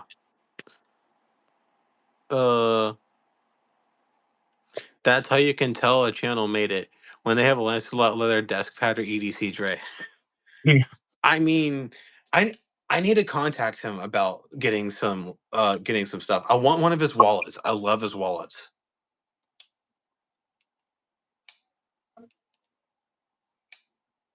You, just so you know, the GM line of Giant Mouse is much more money. They only make limited number per year. Oh damn!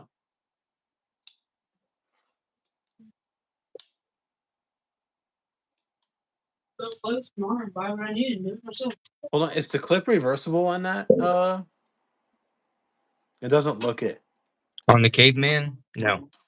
Uh, yeah, it doesn't look like it, Fred. And on the caveman, yeah. It'd be cool if it was. If Tenable made a caveman, like Tenable caveman, if it doesn't have a reversible clip, I'm going to be very, very mad. Oh, Stevie already put the link. He beat me to it. Which link is that Stevie sent? The EDC roundtable. Let me see. I put the one for for Lancelot's, but I think he's just got the all products. It's growing. It's an impressive site with all of us extras, talented Damn. makers of all sorts of things. So, do I have to be a maker to have an account, or can I just make an account? When to no, if you're purchasing items, you just make an account, and but Okay. if you want to sell something, you got to get with Stevie. Stevie's in charge. He's always in charge of everything. $68. Lancelot leather. I like some of these things that he makes. He's very talented. Makes some nice stuff. Yeah. The challenge coin is a dope ass challenge coin. Hold on, let me. In any case, got back from the gym and shower. Have a great night. See you later, Jim. Thanks for joining, man. Always good seeing you here. Those challenge coins are cool. I'm not sure they're worth $18, but All they are, the details in them. yeah.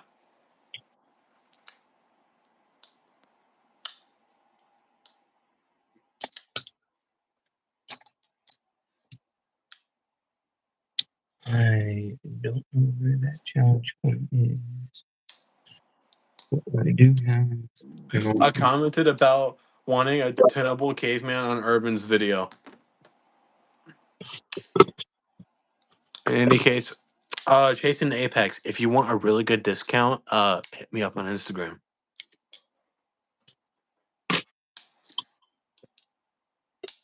It's like 40%. Here's a challenge coin almost nobody has.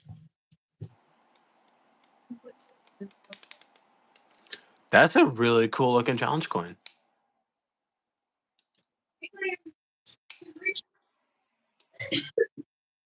I like the colors on that one. This is U.S. Navy explosive ordnance disposal. Explosive Task Unit ordnance 3. disposal. Okay. She has to make center Wi-Fi. Oh yeah. Yep. Navy's bomb squad. That's a Makes cool sense. challenge coin. Yep. I did a bunch of You ain't got homework to do. stuff for them one time, and they were super appreciative. When you doing homework tonight, you better make sure. So they were like, here's a challenge coin. Oh, they gave me more than a challenge coin. They bought me lunch. Chips in my room. I don't know. But yeah, they bought me lunch, gave me a shirt, gave me a challenge coin, and took me golfing. And I got to play with one of their explosive robots. Oh, cool. One of their expensive ass explosive boy robots. Yeah, the $2.5 million ones. Oh shit. I got a challenge coin for becoming a sniper. It's pretty cool. The only military challenge coin I have that's an actual military one is one from Kandahar that they made for the guys who went to Kandahar in Afghanistan. That's one of the only ones that's an actual military one that I have. That one's cool with the clear center. That one's really cool. This is our Arcane Designs. Arcane Design. Oh yeah, I met those guys at Dude, those guys are fantastic guys. I met them at Blade, Texas. They were a joy to talk to. Yeah, they're some fun guys. Blade Texas next year. I'm buying an arcane design because they have some designs I like. I was wondering. Just put that right there for right now. Yeah, not that one. It's one of the ones with the reversible clip on it. I forget which one it is. This is the crawler. Like that one. Yeah.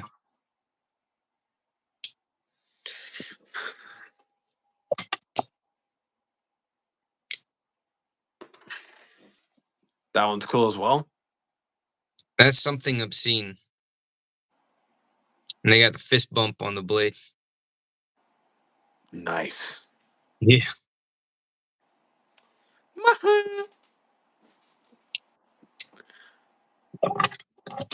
Got one for every military school I went through. I believe I got a look. It's been a minute. I got my CB coins are in my closet.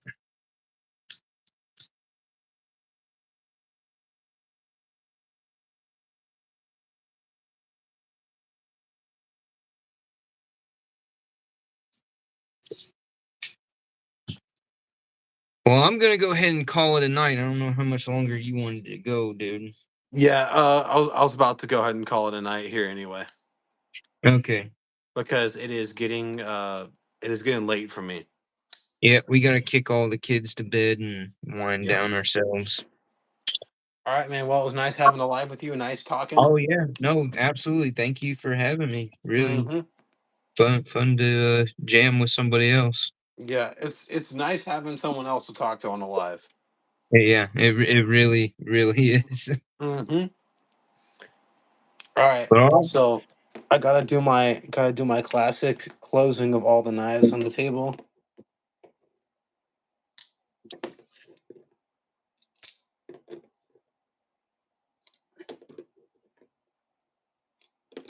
There we go. There's that one. And then there's that one and that one. All right, guys. So that's gonna be it for this video. I hope that y'all enjoyed, or sorry, not for this video, for this live. I hope that y'all enjoyed. If anyone wants to donate anything to the channel, feel free to. Never required at all. I have started collecting these little ducks. So if anyone wants to send me any of these little duckies, quack, quack. um, yeah, quack quack. Um, uh, feel free to send me these little duckies. But as I said, it's never required from anyone. And as I said, I hope you all enjoyed. I hope you all have an absolutely fantastic rest of your night. And remember, guys, always be prepared. Peace out, man.